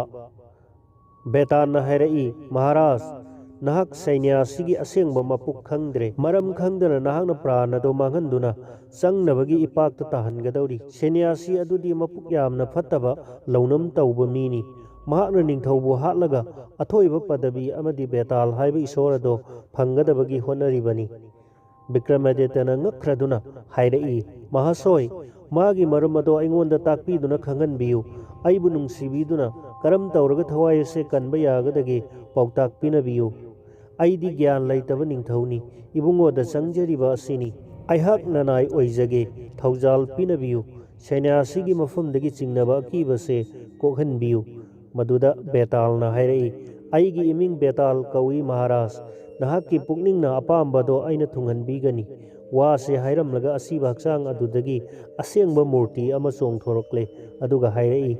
ꯑꯩꯅ ꯃꯍꯥꯔꯥꯖ ꯃꯇꯨꯡ इनबा ओइना मतम खुदिंग लैरगनी अदुगा होरेल मनाक यौरगा सन्यासी अदुना महाराजपु दंडबोट प्रणाम ओइना खोरमु हायरकनी मदो नहाकना यारोइदबनी अपंगबगी मवोंगुमना हायु खुरंबा अदो करम तौबा जानो हंगु मदुना सन्यासी अदुना लैमाइदा मखोंग मखुत तिंगथोक्तुना दंडबोट प्रणाम तौबगी मवोंग ताक्सरकनी महाराज चेक्सिलु मतम अदुदा नपुकनिंगदा भद्रकाली देवी निंगसिंगलगा अथौबा थंगसांग अदो सत्तुना मंगक अदो कक्थलु अदुगा अकक्पा ngak अदो पूरगा मैगी जैग्य कुंदा अदुदा लंगथदुना थुनमक आहुति पियु अदु ओइरबदी थबक मंगोल ओइरदुना भगवतीना पेलबनीना इंद्रराज लाइनिंगथौ सोइदना लाकनी वाहिसिंग से ताकपीरमलगा बेताल सुलंतरंगदा सत्खरे अदुदगी असीब हक्सांग अदुना निंगथौना पुदुना लाकले विक्रमादित्य मपुंगदा अवा नुंगाई यानना लाक्तुना सन्यासीगी मनाक्ता थुंगलरे मदो उबदा सन्यासीना हायरई महाराज नहक यामना थेंगलकपदी करी तौरे फरे हौजिक लाओ अहिंग असिसु लोइखिगदौरे नहक यामना वाररगिनी खल्ली महासोय नहक असे यामना थौजाल हैबा सन्यासीनी अदुबु मसीगी असेंगबा मरम ताकपीद्रिबा करिगिनो सन्यासीना हायरई महासोय हौजिक होम जॉब लोइसिलकले पूजा असिगी मही लौगदबता मंगाइरकले चलसी अखोय अनि जैगगी पुष्पांजलि कलुरसी हक्सांग असे स्नान तौदुना सेंगदोक्लुरो अदुगा असेंगबा फी होंगदोक्लो ꯅꯁꯥꯗꯣ ꯑꯒꯨꯔꯨ ꯆꯟꯗꯟꯅ ꯆꯤꯡꯕ ꯊꯤꯟꯖꯤꯜꯂꯣ ꯃꯅꯝ ꯅꯨꯡꯁꯤꯔꯕ ꯂꯩꯒꯤ ꯄꯔꯦꯡꯁꯤꯡ ꯑꯁꯦ ꯅꯉꯛꯇ ꯁꯤꯖꯤꯜꯂꯣ ꯋꯥꯍꯩꯁꯤꯡ ꯑꯁꯦ ꯍꯥꯏꯔꯝꯂꯒ ꯁꯩꯟꯌꯥꯁꯤ ꯃꯄꯨꯛꯅꯤꯡꯗ ꯀꯥꯂꯤꯒꯤ ꯃꯟꯇ꯭ꯔ ꯁꯣꯟꯅꯕ ꯍꯣꯠꯅꯔꯤ ꯃꯋꯥꯍꯩ ꯃꯇꯧ ꯑꯗꯨ ꯎꯔꯕꯗ ꯅꯤꯡꯊꯧꯅ ꯃꯑꯣꯡ ꯈꯪꯂꯗꯨꯅ ꯃꯊꯟꯇ ꯈꯟꯖꯩ ꯀꯔꯤꯁꯨ ꯂꯩꯇ꯭ꯔꯕ ꯁꯩꯟꯌꯥꯁꯤ ꯃꯇꯣꯝꯗꯅ ꯑꯩꯉꯣꯟꯗꯕꯨ ꯀꯔꯤꯕꯨ ꯇꯧꯖꯕ ꯉꯝꯒꯅꯤ ꯃꯥꯅ ꯑꯩꯉꯣꯟꯗꯒꯤ ꯍꯦꯟꯅ ꯀꯟꯕꯁꯨ ꯑꯣꯏꯔꯣꯏ ꯃꯥꯕꯨꯗꯨꯝ ꯁꯣꯏꯗꯅ ꯀꯥꯂꯤꯒꯤ ꯆꯔꯟꯗ ꯕꯂꯤꯗꯥꯟ ꯀꯠꯂꯒꯦ ꯉꯁꯤ ꯂꯥꯏꯕꯛꯅ ꯇꯝꯕ ꯂꯩꯔꯝꯂꯒꯅꯤ ꯋꯥꯈꯜ ꯑꯁꯦ ꯈꯟꯗꯨꯅ ꯅꯤꯡꯊꯧꯅ ꯌज्ఞꯗ ꯄꯨꯁꯄꯥꯟꯖꯂꯤ ꯀꯠꯈ꯭ꯔꯦ ꯑꯗꯨꯒꯤ ꯃꯇꯨꯡꯗ ꯁꯩꯟꯌꯥꯁꯤꯅ ꯍꯥꯏꯔꯛꯏ ꯃꯍꯥꯔꯥꯖ ꯅꯍꯥꯛ ꯚꯛꯇꯤꯒ ꯂꯣꯏꯅꯅ ꯗꯟꯗꯕꯣꯠ ꯄ꯭ꯔꯅꯥꯝ ꯇꯧ ꯅꯤꯡꯊꯧꯅ ꯑꯩꯗꯤ ꯗꯟꯗꯕꯣꯠ ꯄ꯭ꯔꯅꯥꯝ ꯍꯥꯏꯕ ꯑꯗꯨꯗꯤ ꯈꯛ ꯎꯗ꯭ꯔꯤ ꯑꯃꯁꯨꯡ ꯈꯪꯗ꯭ꯔꯤ ꯃꯔꯝꯗꯤ ꯑꯌꯥꯝꯕ ꯃꯤꯅ ꯑꯩꯉꯣꯟꯗ ꯈꯨꯔꯨꯝꯕꯅꯤ ꯑꯩꯅꯗꯤ ꯀꯅꯥꯗꯁꯨ ꯈꯨꯔꯨꯝꯗꯕꯅ ꯍꯩꯇꯦ ꯁꯩꯟꯌꯥꯁꯤꯅ ꯍꯥꯏ ꯐꯔꯦ ꯍꯩꯇ꯭ꯔꯒ ꯑꯩ ꯇꯥꯛꯀꯦ ꯃꯨꯟꯅ ꯈꯪꯅꯕ ꯌꯦꯡꯉꯨ ꯁꯩꯟꯌꯥꯁꯤ ꯂꯩꯄꯥꯛꯇ ꯀꯨꯟꯊꯔꯦ ꯑꯗꯨꯒ ꯗꯟꯗꯕꯣꯠ ꯈꯨꯔꯨꯝꯗꯨꯅ ꯅꯤꯡꯊꯧꯗ ꯌꯦꯡꯍꯜꯂꯝꯃꯤ ꯃꯇꯝ ꯑꯗꯨꯗ ꯅꯤꯡꯊꯧ ꯕꯦꯇꯥꯜꯒꯤ ꯋꯥ ꯅꯤꯡꯁꯤꯡꯂꯛꯂꯗꯨꯅ ꯃꯄꯨꯛꯅꯤꯡꯗ ꯕꯔꯗꯀꯥꯂꯤꯒꯤ ꯆꯔꯟ ꯈꯨꯔꯨꯝꯖꯔꯒ ꯈꯨꯂꯩ ꯊꯨꯅ ꯅꯥꯀꯟꯗꯒꯤ ꯊꯥꯡꯁꯥꯡ ꯑꯗꯣ ꯁꯠꯇꯣꯛꯂꯦ ꯑꯗꯨꯒ ꯍꯥꯏꯈꯤ ꯏꯃꯥ ꯏꯕꯦꯝꯃ ꯚꯒꯕꯇꯤ ꯀꯥꯂꯤ ꯅꯅꯥꯏꯗꯤ ꯏꯃꯥꯒꯤ ꯆꯔꯟꯗ ꯕꯂꯤ ꯀꯠꯅꯅꯕ ꯃꯟꯇ꯭ꯔ ꯖꯟꯇ꯭ꯔ ꯍꯩꯖꯗꯦ ꯑꯗꯨꯅ ꯉꯁꯤ ꯑꯁꯦꯡꯕ ꯄꯨꯛꯆꯦꯟꯅ ꯃꯤꯅꯝꯕ ꯁꯩꯟꯌꯥꯁꯤ ꯑꯁꯤ ꯕꯂꯤ ꯀꯠꯆꯔꯤ ꯂꯠꯅꯗꯅ ꯂꯧꯕꯤꯌꯨ ꯏꯃꯥ ꯅꯤꯡꯊꯧ ꯆꯣꯡꯁꯤꯟꯗꯨꯅ ꯁꯩꯟꯌꯥꯁꯤꯒꯤ ꯃꯉꯛ ꯑꯗꯣ ꯇꯨꯕꯠ ꯀꯛꯊꯠꯂꯦ ꯑꯗꯨꯗꯒꯤ ꯑꯀꯛꯄ ꯃꯀꯣꯛ ꯑꯗꯣ ꯊꯤꯟꯊꯗꯅ ꯂꯧꯈꯠꯂꯒ ꯌज्ఞ ꯀꯨꯟꯗꯗ ꯍꯨꯟꯊꯗꯨꯅ ꯑꯍꯨꯇꯤ ꯄꯤꯈ꯭ꯔꯦ ꯃꯇꯝ ꯑꯗꯨꯃꯛꯇꯗ ꯁꯔꯒꯗꯒꯤ ꯂꯥꯌꯥꯝꯅ ꯗꯩꯅꯅꯤ ꯗꯩꯅꯅꯤ ꯍꯥꯏꯅ ꯂꯥꯎꯔꯛꯇꯨꯅ ꯃꯪꯒꯣꯜꯒꯤ ꯌꯥꯊꯪ ꯄꯤꯅꯔꯛꯂꯦ ꯁꯔꯒꯒꯤ ꯂꯥꯏ ꯄꯨꯝꯅꯃꯛ ꯄꯦꯟꯅꯈꯔꯦ ꯁꯔꯒꯒꯤ ꯂꯩꯃꯛꯇꯅ ꯅꯣꯡ ꯆꯨꯕꯒꯨꯝ ꯆꯥꯏꯊꯔꯛꯂꯦ ꯃꯇꯨꯡ ꯑꯗꯨꯗ ꯕꯤꯀ꯭ꯔꯃꯥꯗꯤꯇ꯭ꯌ ꯃꯍꯥꯔꯥꯖ ꯃꯉꯛꯇ ꯐꯤ ꯌꯦꯠꯆꯔꯒ ꯀꯥꯂꯤꯒꯤ ꯆꯔꯟꯗ ꯈꯨꯔꯝꯈꯤꯔꯝꯃꯤ ꯑꯗꯨꯒ ꯃꯆꯤꯟꯗ ꯁꯣꯟꯈꯤ ꯑꯩꯒ ꯃꯥꯟꯅꯅ ꯐꯠꯇꯕ ꯊꯕꯛ ꯇꯧꯕ ꯃꯤ ꯂꯩꯔꯝꯂꯔꯣꯏ ꯑꯩꯍꯥꯛ ꯅꯥꯄꯤꯗꯒꯤ ꯍꯦꯟꯅ ꯇꯣꯟꯈ꯭ꯔꯦ ꯕ꯭ꯔꯍ꯭ꯃꯥ ꯕꯤꯁꯅꯨ ꯃꯍꯦꯁꯣꯔ ꯕ꯭ꯌꯥꯁ ꯑꯃꯁꯨꯡ ꯕꯥꯜꯃꯤꯀꯤ ꯃꯨꯅꯤꯅꯆꯤꯡꯕꯅ ꯈꯔꯗꯪ ꯍꯥꯏꯕꯤ ꯁꯣꯟꯕꯤꯔꯝꯕ ꯇꯥꯖꯈꯤ ꯅꯅꯥꯏꯗꯤ ꯇꯣꯟ ꯈꯔ ꯇꯥꯈ꯭ꯔꯕ ꯚꯛꯇꯤꯁꯨ ꯈꯪꯖꯗꯕ ꯃꯤꯅꯤ ꯏꯃꯥ ꯅꯪꯗꯤ ꯑꯇꯣꯟ ꯑꯇꯥꯒꯤ ꯊꯧꯖꯥꯜ ꯍꯩꯕꯤꯅꯤ ꯍꯥꯏꯅ ꯖꯒꯠꯅ ꯁꯣꯟꯅꯔꯤ ꯁꯪꯁꯥꯔꯒꯤ ꯑꯋꯥ ꯑꯅꯥ ꯄꯥꯞ ꯄꯨꯝꯅꯃꯛ ꯀꯣꯛꯄꯤꯕ ꯉꯝꯕꯤ ꯏꯃꯥ ꯏꯃꯥ ꯀꯥꯂꯤ ꯅꯅꯥꯏ ꯇꯣꯜꯂꯕꯕꯨ ꯅꯅꯥꯏꯃꯛꯅꯤ ꯈꯟꯕꯤꯗꯨꯅ ꯊꯧꯖꯥꯜꯒꯤ ꯃꯤꯠꯌꯦꯡ ꯌꯦꯡꯕꯤꯌꯨ ꯏꯃꯥ ꯅꯍꯥꯛꯇꯤ ꯁꯪꯁꯥꯔꯒꯤ ꯂꯥꯏ ꯍꯤꯡꯆꯥꯕ ꯑꯃꯁꯨꯡ ꯒꯟꯙꯔꯕꯁꯤꯡꯒꯤ ꯃꯃꯥꯅꯤ ꯏꯃꯥ ꯅꯍꯥꯛꯀꯤ ꯃꯌꯥ ꯁꯛꯇꯤꯅ ꯃꯔꯣꯜ ꯑꯍꯨꯝ ꯁꯔꯒ ꯃꯔꯇ ꯄꯥꯇꯥꯜ ꯁꯨꯝꯍꯠꯅꯕꯒꯤ ꯃꯔꯨꯅꯤ ꯅꯍꯥꯛꯇꯤ ꯁꯠꯇ ꯔꯖ ꯇꯝꯃ ꯍꯥꯏꯕ ꯒꯨꯟ ꯑꯍꯨꯝꯅ ꯇꯤꯜꯂꯕꯅꯤ ꯅꯅꯥꯏꯒꯤ ꯚꯛꯇꯒꯤ ꯃꯐꯝꯗ ꯃꯅꯥꯏꯒꯤ ꯃꯈꯥ ꯄꯣꯟꯕꯤ ꯑꯣꯏꯕꯤꯕ ꯍꯦ ꯑꯥꯗꯤꯇ꯭ꯌ ꯁꯛꯇꯤ ꯅꯥꯔꯥꯌꯟꯅꯤ ꯏꯃꯥ ꯅꯍꯥꯛꯇꯤ ꯃꯩ ꯏꯁꯤꯡ ꯅꯨꯡꯁꯤꯠ ꯄ꯭ꯔꯤꯊꯤꯕꯤ ꯑꯃꯁꯨꯡ ꯑꯥꯀꯥꯁꯀꯤ ꯃꯑꯣꯡꯅꯤ ꯇꯥꯏꯕꯪ ꯄꯥꯟꯕꯒꯤ ꯖꯤꯕ ꯄꯨꯝꯅꯃꯛꯀꯤ ꯊꯋꯥꯏ ꯑꯣꯏꯅ ꯂꯩꯔꯤꯕꯅꯤ ꯑꯅꯟꯇ ꯕ꯭ꯔꯍ꯭ꯃꯥꯁꯨ ꯏꯃꯥ ꯅꯍꯥꯛꯀꯤ ꯋꯥꯈꯜꯗꯒꯤ ꯁꯟꯗꯣꯛꯈꯤꯕꯅꯤ ꯅꯅꯥꯏꯗꯤ ꯀꯔꯤꯁꯨ ꯈꯪꯖꯗꯦ ꯆꯨꯝꯅꯇꯒꯤ ꯅꯅꯥꯏ ꯑꯣꯏꯖꯕꯇꯅꯤ ꯇꯥꯏꯕꯪ ꯄꯥꯟꯕꯒꯤ ꯃꯅꯨꯡꯗ ꯃꯑꯣꯡ ナꯏꯕ ꯑꯃꯗꯤ ꯅꯥꯏꯗꯕ ꯄꯨꯝꯅꯃꯛ ꯀꯔꯤꯁꯨ ꯈꯪꯖꯕ ꯅꯠꯆꯗꯦ ꯑꯩꯗꯤ ꯅꯤꯄꯥ ꯑꯣꯏꯔꯕꯁꯨ ꯅꯍꯥꯛꯅꯤ ꯅꯨꯄꯤꯒꯤ ꯃꯑꯣꯡꯁꯨ ꯅꯍꯥꯛꯅꯤ ꯁꯤꯕ ꯃꯍꯥꯗꯦꯕꯃꯛꯅ ꯏꯃꯥ ꯅꯍꯥꯛꯀꯤ ꯇꯠꯇ꯭ꯌ ꯑꯁꯦꯡꯕ ꯈꯪꯕ ꯉꯝꯗꯦ ꯃꯉꯥꯜꯒꯤ ꯃꯁꯛ ꯑꯣꯏꯕꯤꯅꯤ ꯁꯛꯇꯤ ꯄꯨꯝꯅꯃꯛꯅ ꯇꯤꯟꯕꯤꯅꯤ ꯏꯃꯥ ꯅꯍꯥꯛꯅ ꯕ꯭ꯔꯍ꯭ꯃꯥ ꯀꯧꯕ ꯂꯥꯏꯒ ꯃꯥꯟꯅꯕꯅꯤ ꯃꯑꯣꯡ ꯇꯣꯞꯄꯗꯅꯤ ꯕꯤꯙꯤ ꯕꯤꯁꯅꯨ ꯑꯃꯁꯨꯡ ꯁꯤꯕꯕꯨꯁꯨ ꯅꯍꯥꯛꯅ ꯄꯣꯛꯄꯤꯕꯅꯤ ꯑꯃꯅ ꯔꯥꯙꯥ ꯂꯛꯁꯃꯤ ꯁꯔꯁꯋꯇꯤ ꯑꯃꯁꯨꯡ ꯕ꯭ꯔꯍ꯭ꯃꯥꯒꯤ ꯅꯨꯄꯤꯁꯨ ꯅꯍꯥꯛꯅꯤ ꯅꯍꯥꯛꯀꯤ ꯁꯇꯤꯁꯨ ꯑꯣꯏꯗꯦ ꯁꯇꯤ ꯅꯠꯇꯕꯁꯨ ꯑꯣꯏꯗꯦꯗꯣ ꯇꯥꯏꯕꯪ ꯄꯥꯟꯕꯒꯤ ꯁꯦꯝꯒꯠ ꯁꯥꯒꯠꯄ ꯑꯃꯁꯨꯡ ꯃꯥꯡꯍꯟꯕꯁꯨ ꯑꯣꯏꯕꯤꯗꯣ ꯅꯅꯥꯏꯕꯨ ꯏꯃꯥ ꯅꯍꯥꯛꯅ ꯄꯥꯡꯒꯜ ꯂꯧꯁꯤꯡ ꯁꯛꯇꯤ ꯚꯛꯇꯤ ꯑꯃꯗꯤ ꯑꯔꯥꯟ ꯈꯨꯕꯝ ꯄꯤꯅꯕꯤꯌꯨ ꯅꯅꯥꯏꯒꯤ ꯑꯔꯥꯟꯕ ꯋꯥꯈꯜ ꯉꯥꯛꯄꯤꯌꯨ ꯏꯊ꯭ꯋꯥꯏ ꯁꯤꯅꯤꯡꯗꯕꯅ ꯁꯩꯟꯌꯥꯁꯤꯒꯤ ꯃꯊ꯭ꯋꯥꯏ ꯃꯥꯡꯍꯜꯂꯨꯔꯦ ꯄꯨꯛꯆꯦꯜ ꯄꯤꯛꯄ ꯃꯤꯅꯤ ꯍꯥꯏꯗꯨꯅ ꯅꯅꯥꯏꯕꯨ ꯊꯧꯖꯥꯜꯕꯤꯗꯕ ꯇꯧꯕꯤꯒꯅꯨ ꯋꯥꯍꯩꯁꯤꯡ ꯑꯁꯤ ꯍꯥꯏꯖꯗꯨꯅ ꯕꯤꯀ꯭ꯔꯃꯥꯗꯤꯇ꯭ꯌ ꯃꯍꯥꯔꯥꯖ ꯀꯥꯂꯤꯒꯤ ꯆꯔꯟꯗ ꯈꯨꯔꯨꯝꯖꯩ ꯃꯇꯝ ꯑꯗꯨꯃꯛꯇꯗ ꯗꯩꯕꯕꯥꯅꯤ ꯂꯥꯏꯒꯤ ꯈꯣꯟꯖꯦꯜ ꯂꯥꯎꯔꯛꯄ ꯑꯃ ꯇꯥꯔꯦ ꯇꯥꯎ ꯍꯦ ꯅꯤꯡꯊꯧ ꯅꯍꯥꯛꯀꯤ ꯊꯕꯛ ꯄꯨꯝꯅꯃꯛ ꯑꯗꯣ ꯑꯩ ꯄꯦꯜꯂꯦ ꯅꯪꯒꯤ ꯃꯄꯣꯛ ꯑꯁꯤꯃꯒꯤ ꯐꯜꯅ ꯍꯧꯖꯤꯛ ꯊꯕꯛ ꯄꯨꯝꯅꯃꯛ ꯃꯪꯒꯣꯜ ꯑꯣꯏꯔꯤꯕꯅꯤ ꯁꯩꯟꯌꯥꯁꯤ ꯍꯥꯠꯄꯒꯤ ꯀꯔꯤ ꯑꯃꯠꯇ ꯆꯤꯡꯅꯒꯅꯨ ꯍꯤꯡꯁꯥ ꯇꯧꯕ ꯃꯤꯕꯨ ꯍꯥꯠꯄꯗ ꯗꯣꯁ ꯂꯩꯇꯕꯅꯤ ꯅꯍꯥꯛꯀꯤ ꯄꯥꯞ ꯂꯩꯇꯦ ꯂꯥꯏꯒꯤ ꯌꯥꯊꯪ ꯇꯥꯕꯗ ꯕꯤꯀ꯭ꯔꯃꯥꯗꯤꯇ꯭ꯌ ꯅꯨꯡꯉꯥꯏꯖꯔꯦ ꯑꯗꯨꯅ ꯀꯥꯂꯤꯒꯤ ꯆꯔꯟꯗ ꯍꯟꯅ ꯍꯟꯅ ꯈꯨꯔꯨꯝꯖꯈꯤ ꯃꯇꯝ ꯑꯗꯨꯃꯛꯇꯗ ꯇꯥꯜ ꯕꯦꯇꯥꯜ ꯑꯃꯗꯤ ꯃꯃꯤꯠ 1,000 ꯄꯥꯜꯂꯕ ꯁ꯭ꯋꯥꯔꯥꯔꯦꯟ ꯂꯥꯛꯇꯨꯅ ꯅꯤꯡꯊꯧꯒ ꯎꯅꯔꯔꯦ ꯂꯥꯏꯅꯤꯡꯊꯧ ꯎꯕꯗ ꯕꯤꯀ꯭ꯔꯃꯥꯗꯤꯇ꯭ꯌ ꯍꯔꯥꯎꯕꯗ ꯃꯄꯥ ꯂꯩꯈꯤꯗꯦ ꯏꯁꯣꯔꯕꯨ ꯂꯩꯁꯤ ꯂꯩꯊꯣꯟꯗꯨꯅ ꯚꯛꯇꯤ ꯑꯣꯏꯖꯈꯤ ꯁ꯭ꯋꯥꯔꯥꯔꯦꯟꯅ ꯄꯦꯜꯂꯗꯨꯅ ꯕꯣꯔ ꯅꯤꯖꯧ ꯇꯥꯛꯄꯤꯈꯤ मदुदा विक्रमादित्यना भक्तिगा लोइनना ताल बेताल हाइबा ईश्वर अनि अदो मतम खुदिमक्ता महाक्की मतेंग पांगननबा पिनबियु निजखी मदो लाइनिंग थौना हराउना पिबिरमलगा सर्गदा लेंखी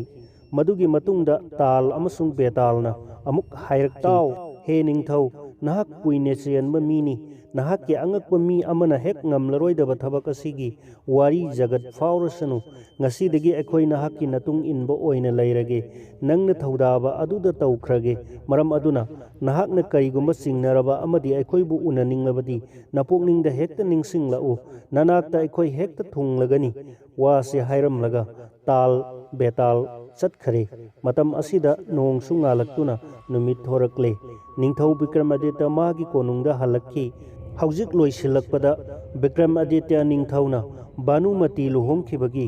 अरोइबा वारी अदु तामिनरसी विक्रमादित्य महाराजना ताल बेताल ईश्वर अनि सिबु फंगलबा मतुंगदा महाकना ईश्वर अनि अदु सिजिनरगा बोजराजगी मचानुपी भानुमति लुहोंगखिबगी वारी मतेक अमा तामिनरसी नोंगमा विक्रमादित्य की राजसभाद मागी रत्न मापन अमदी अयाम्ब प्रजा पुनमक शास्त्र की मरमदा खन नैनरिंगैदा मनाई दूत अमना पाव अम पोरक्तुना निंगथौदा तमखी मदुदी बोस देश की निंगथौ ममोम इबेमा राज कैन्या भानुमति लुहोंगनबगी मरमदनी हाइरिबा राज कैन्या से मसक फजबदा हाइनिंगाई लैतबा जातनी मदुदा मपाइबुंगो बोस राजना मसा निंगोन थाजननबगिदमक संकल्प वासक अमा लई मरमदी बोस राज अदो जादू विद्या मित्रंग यामना खंग हैरमी माद नते मसा निपा अनि ममिंगना नर नारायण कौबा अदुगा मनाई नुपी अनि कुद्दजी हाइबी मखोय असिसु देवी की बोर्ग लोइनना जादू विद्या मित्रंगदा अंगको फंगना हैरमी अदुना बोजराज असिना मसानुपी थाजबगी नामाद लैबा कया जोई तौनिंगलमी अदुना निंगथौ असिना वारोल अमा लाउथोक्लमी मदुदी कनागुम्बा निंगथौ अमदी निंगथौ मसासिंगना मागी मसा इबेमा भानुमतिबु पामदुना लुहोंगनिंगलबदी मागी जादू विद्या मित्रंगी आइटम अहुम खकपु माइथीबा पीबा ngamlabadi निंगथौ अदुगी मखा पोनबा ओइना भानुमति लुहोंगदुना पीजगनी करिगुम्बा महाकना हाइबदी बोस राजना ngamlaga लाक्लेबा निंगथौ अदो मागी मखा पोनगदबनी पावदो ताबदा लेबाक कयागी निंगथौ अमदी निंगथौ मसासिंग भानुमति पामबदगी बोस देशत लाक्लबदा ngamnamak माइथीबा फंगदुना बोस राजगी मखा पोनबा ओइना लैनखिरमी ममैथंगदि बोस की मित्रंग कीबदगी कनासु लांगनखिद्रे मतम अदुदा बोसना मसा निंगोल थाजबा फंगलरोइद्रा खल्लुरबनी पावदो उजल देशता विक्रमादित्य राजता दुतना तमखिरमी पावदो तारबदा विक्रमादित्यना मागी मंत्री कालिदासना चिंब कयागा खनबदा कनासु यादू विद्या मित्रंग अदुबु ngamnaba शक्ति लेरमदे मतम अदुदा ब्रह्म ठाकुर पांजी खुलहोत येंगबदा ईश्वर की कृपादगी ngamjau हाइबदी लई अदुगा मखोइगी शक्तिदी लैते हाई ममैथंगदा निंगथौना ताल अमसुंग बेताल निंगसिंगबदा सिद्धि अनि अदो लाक्लमी मदुदा वारी असे तमदुना खंगनबदा ताल बेताल ईश्वर अनि दुना हाई महाराजना अखोइना हाइबा वा इनगनी हाइना वासौ अदु ओइरबदी सोइदना ngamgani वादो तारबदा विक्रमना मखोइना हाइबा पुंबा इनगनी वासकले मदुदगिदी तेंगोल लानमी मयाम पुदुना विक्रमादित्य बोस देशता चलमी मखोइना बोस देश यौरबदा सिथी अमा इरगा बोस राजता मखोइ लाक्पगी वारोल खंगनखिरमी सिथी अदुगी मरोल खंगलबदा बोस राजना मसा अनि नर नारायणबु विक्रम पोकलुनबा अमदी लंबीदा माइथीबा फंखिनबा याथंग पिरमी याथंग फंगबगा नर नारायण चटखिरमी अदुगा नारायण मांग थारगा लंबीदा अंगकपा मित्रंगी तुरेल अमा सेमख्रे तुरेल अदो अकीबु फंगने इसेल कल्ली गुंभीर लाइरेन येंगबदा पुंगनिंग थुई तोरबाल अदुदा फजब निंगथौगी पोथाफम सेमदुना थमी असा अथक अहाव अथुम कया लैहल्ली येंगबदा मियोइबदी लाइबु लाइरी लाई फाव ngaknaba mawongni madu hek ubada Vikramaditya wakhal tawi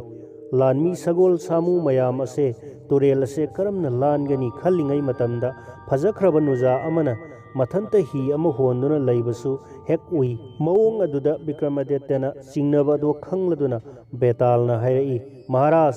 ममांगैदा अखोइना हाइबा इनगनी हाइखिबदाई अदुना हौजिक तुरेल असे थौसारुनु पोचै पुनमक्से हन्ना येंगुनु मसे चटपद नफी ताकतकनु सउनगी खुरुम तोंगदुना थौ सादना अदुम चलु तंजा अदुदा नारायण लाक्तुना निंथौबु खुरुमलम्मी अदुगा माबु ओकपा मपा निंथौना थारकपनी तमखी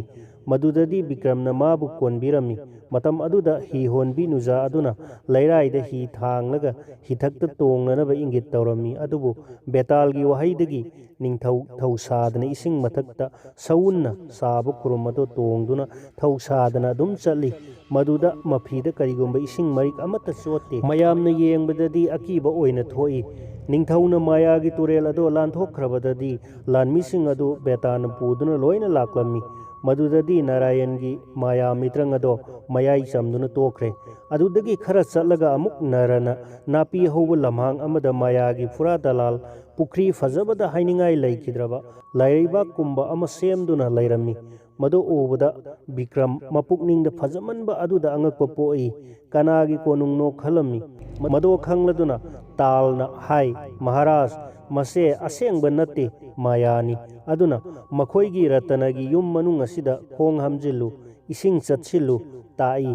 निंथौना मदुमक हेक तौरुबदा मायादो मांगखिदुना नापी हौब लम्हांग अमा ओइखिरमी मोंगदो उबदा नर नारायण चेनखिदुना मखोइना माइथीखिबगी पावदो मपा निंथौदा तमखिरमी बोसराज अमदी पात्र मंत्री पुनमक खनखी भानुमती की मपुरोइब लैररोइद्रा खनबदी हंदक उजलपतिना लौखिब तारे अदुदगी ब्राह्मण अमा चंगलदुना राजसभादा विक्रमादित्यबु लौरुनब थाख अदुगा रतनगी सिंहासन अमा थादुना थमख्रे विक्रम थिंथदना कोनुंग चंगलक्तुना सिंहासनदा फमख्रे मनाइसिंगना नाक येत्ता चामर थगुल तौदुना लैख्रे मतम अदुदा बोस राजना ममोम इबेमा भानुमतीबु फिजेट लैतेंग कया तौरदुना पुथोकलक्ले मनाई कयागा लोइनना मतम अदुदा बोस राजना लागा रागा हाइना लाउदुना खुबाक अहुमलक खुखी मदुदा नुपी मयाम अदो लोइनमक भानुमती ngakta ओइख्रे मदुदा बोस राजना विक्रमादित्यदा हाइरई महाराज मयाम असिगी मरक्तगी भानुमती फादुना ननाक्ता पुरऊ बोस की वा ताबदा विक्रम ngakkhirami मदो खंगलदुना ताल बेतालना हाइरई महाराज सिंगनगनु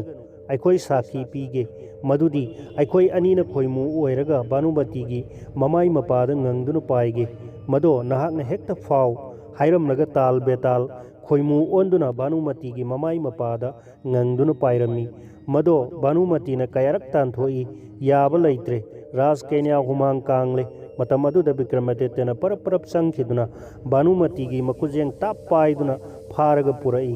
मदुददी मया मित्रंग अदो मांगखिदुना तसेंगना भानुमती ओइरे मदो उरबदा बोस राज इकाई खुमनबगा लोइनना मसाइबे अमा भानुमतीबु विक्रमादित्य राजादा चाउना अवोंगवन कयागा लोइनना लुहोंगखिरमी मतुंग अदुदा भानुमतीना विक्रमादित्य मबुंग जादूगर अनी अदो अउनपोट ओइना विक्रमादित्यना फंगखी मतौ असुमना ताल बेतालगी मतेंगदगी Meena ngamnadraba thabak kaya विक्रमना ngamखी मतांग असिदा Vikram बेतालगी अरोइबा सरुक ओइजरे ताबीरिबा पुम्नमकपु अमुहन्ना थागतसरी।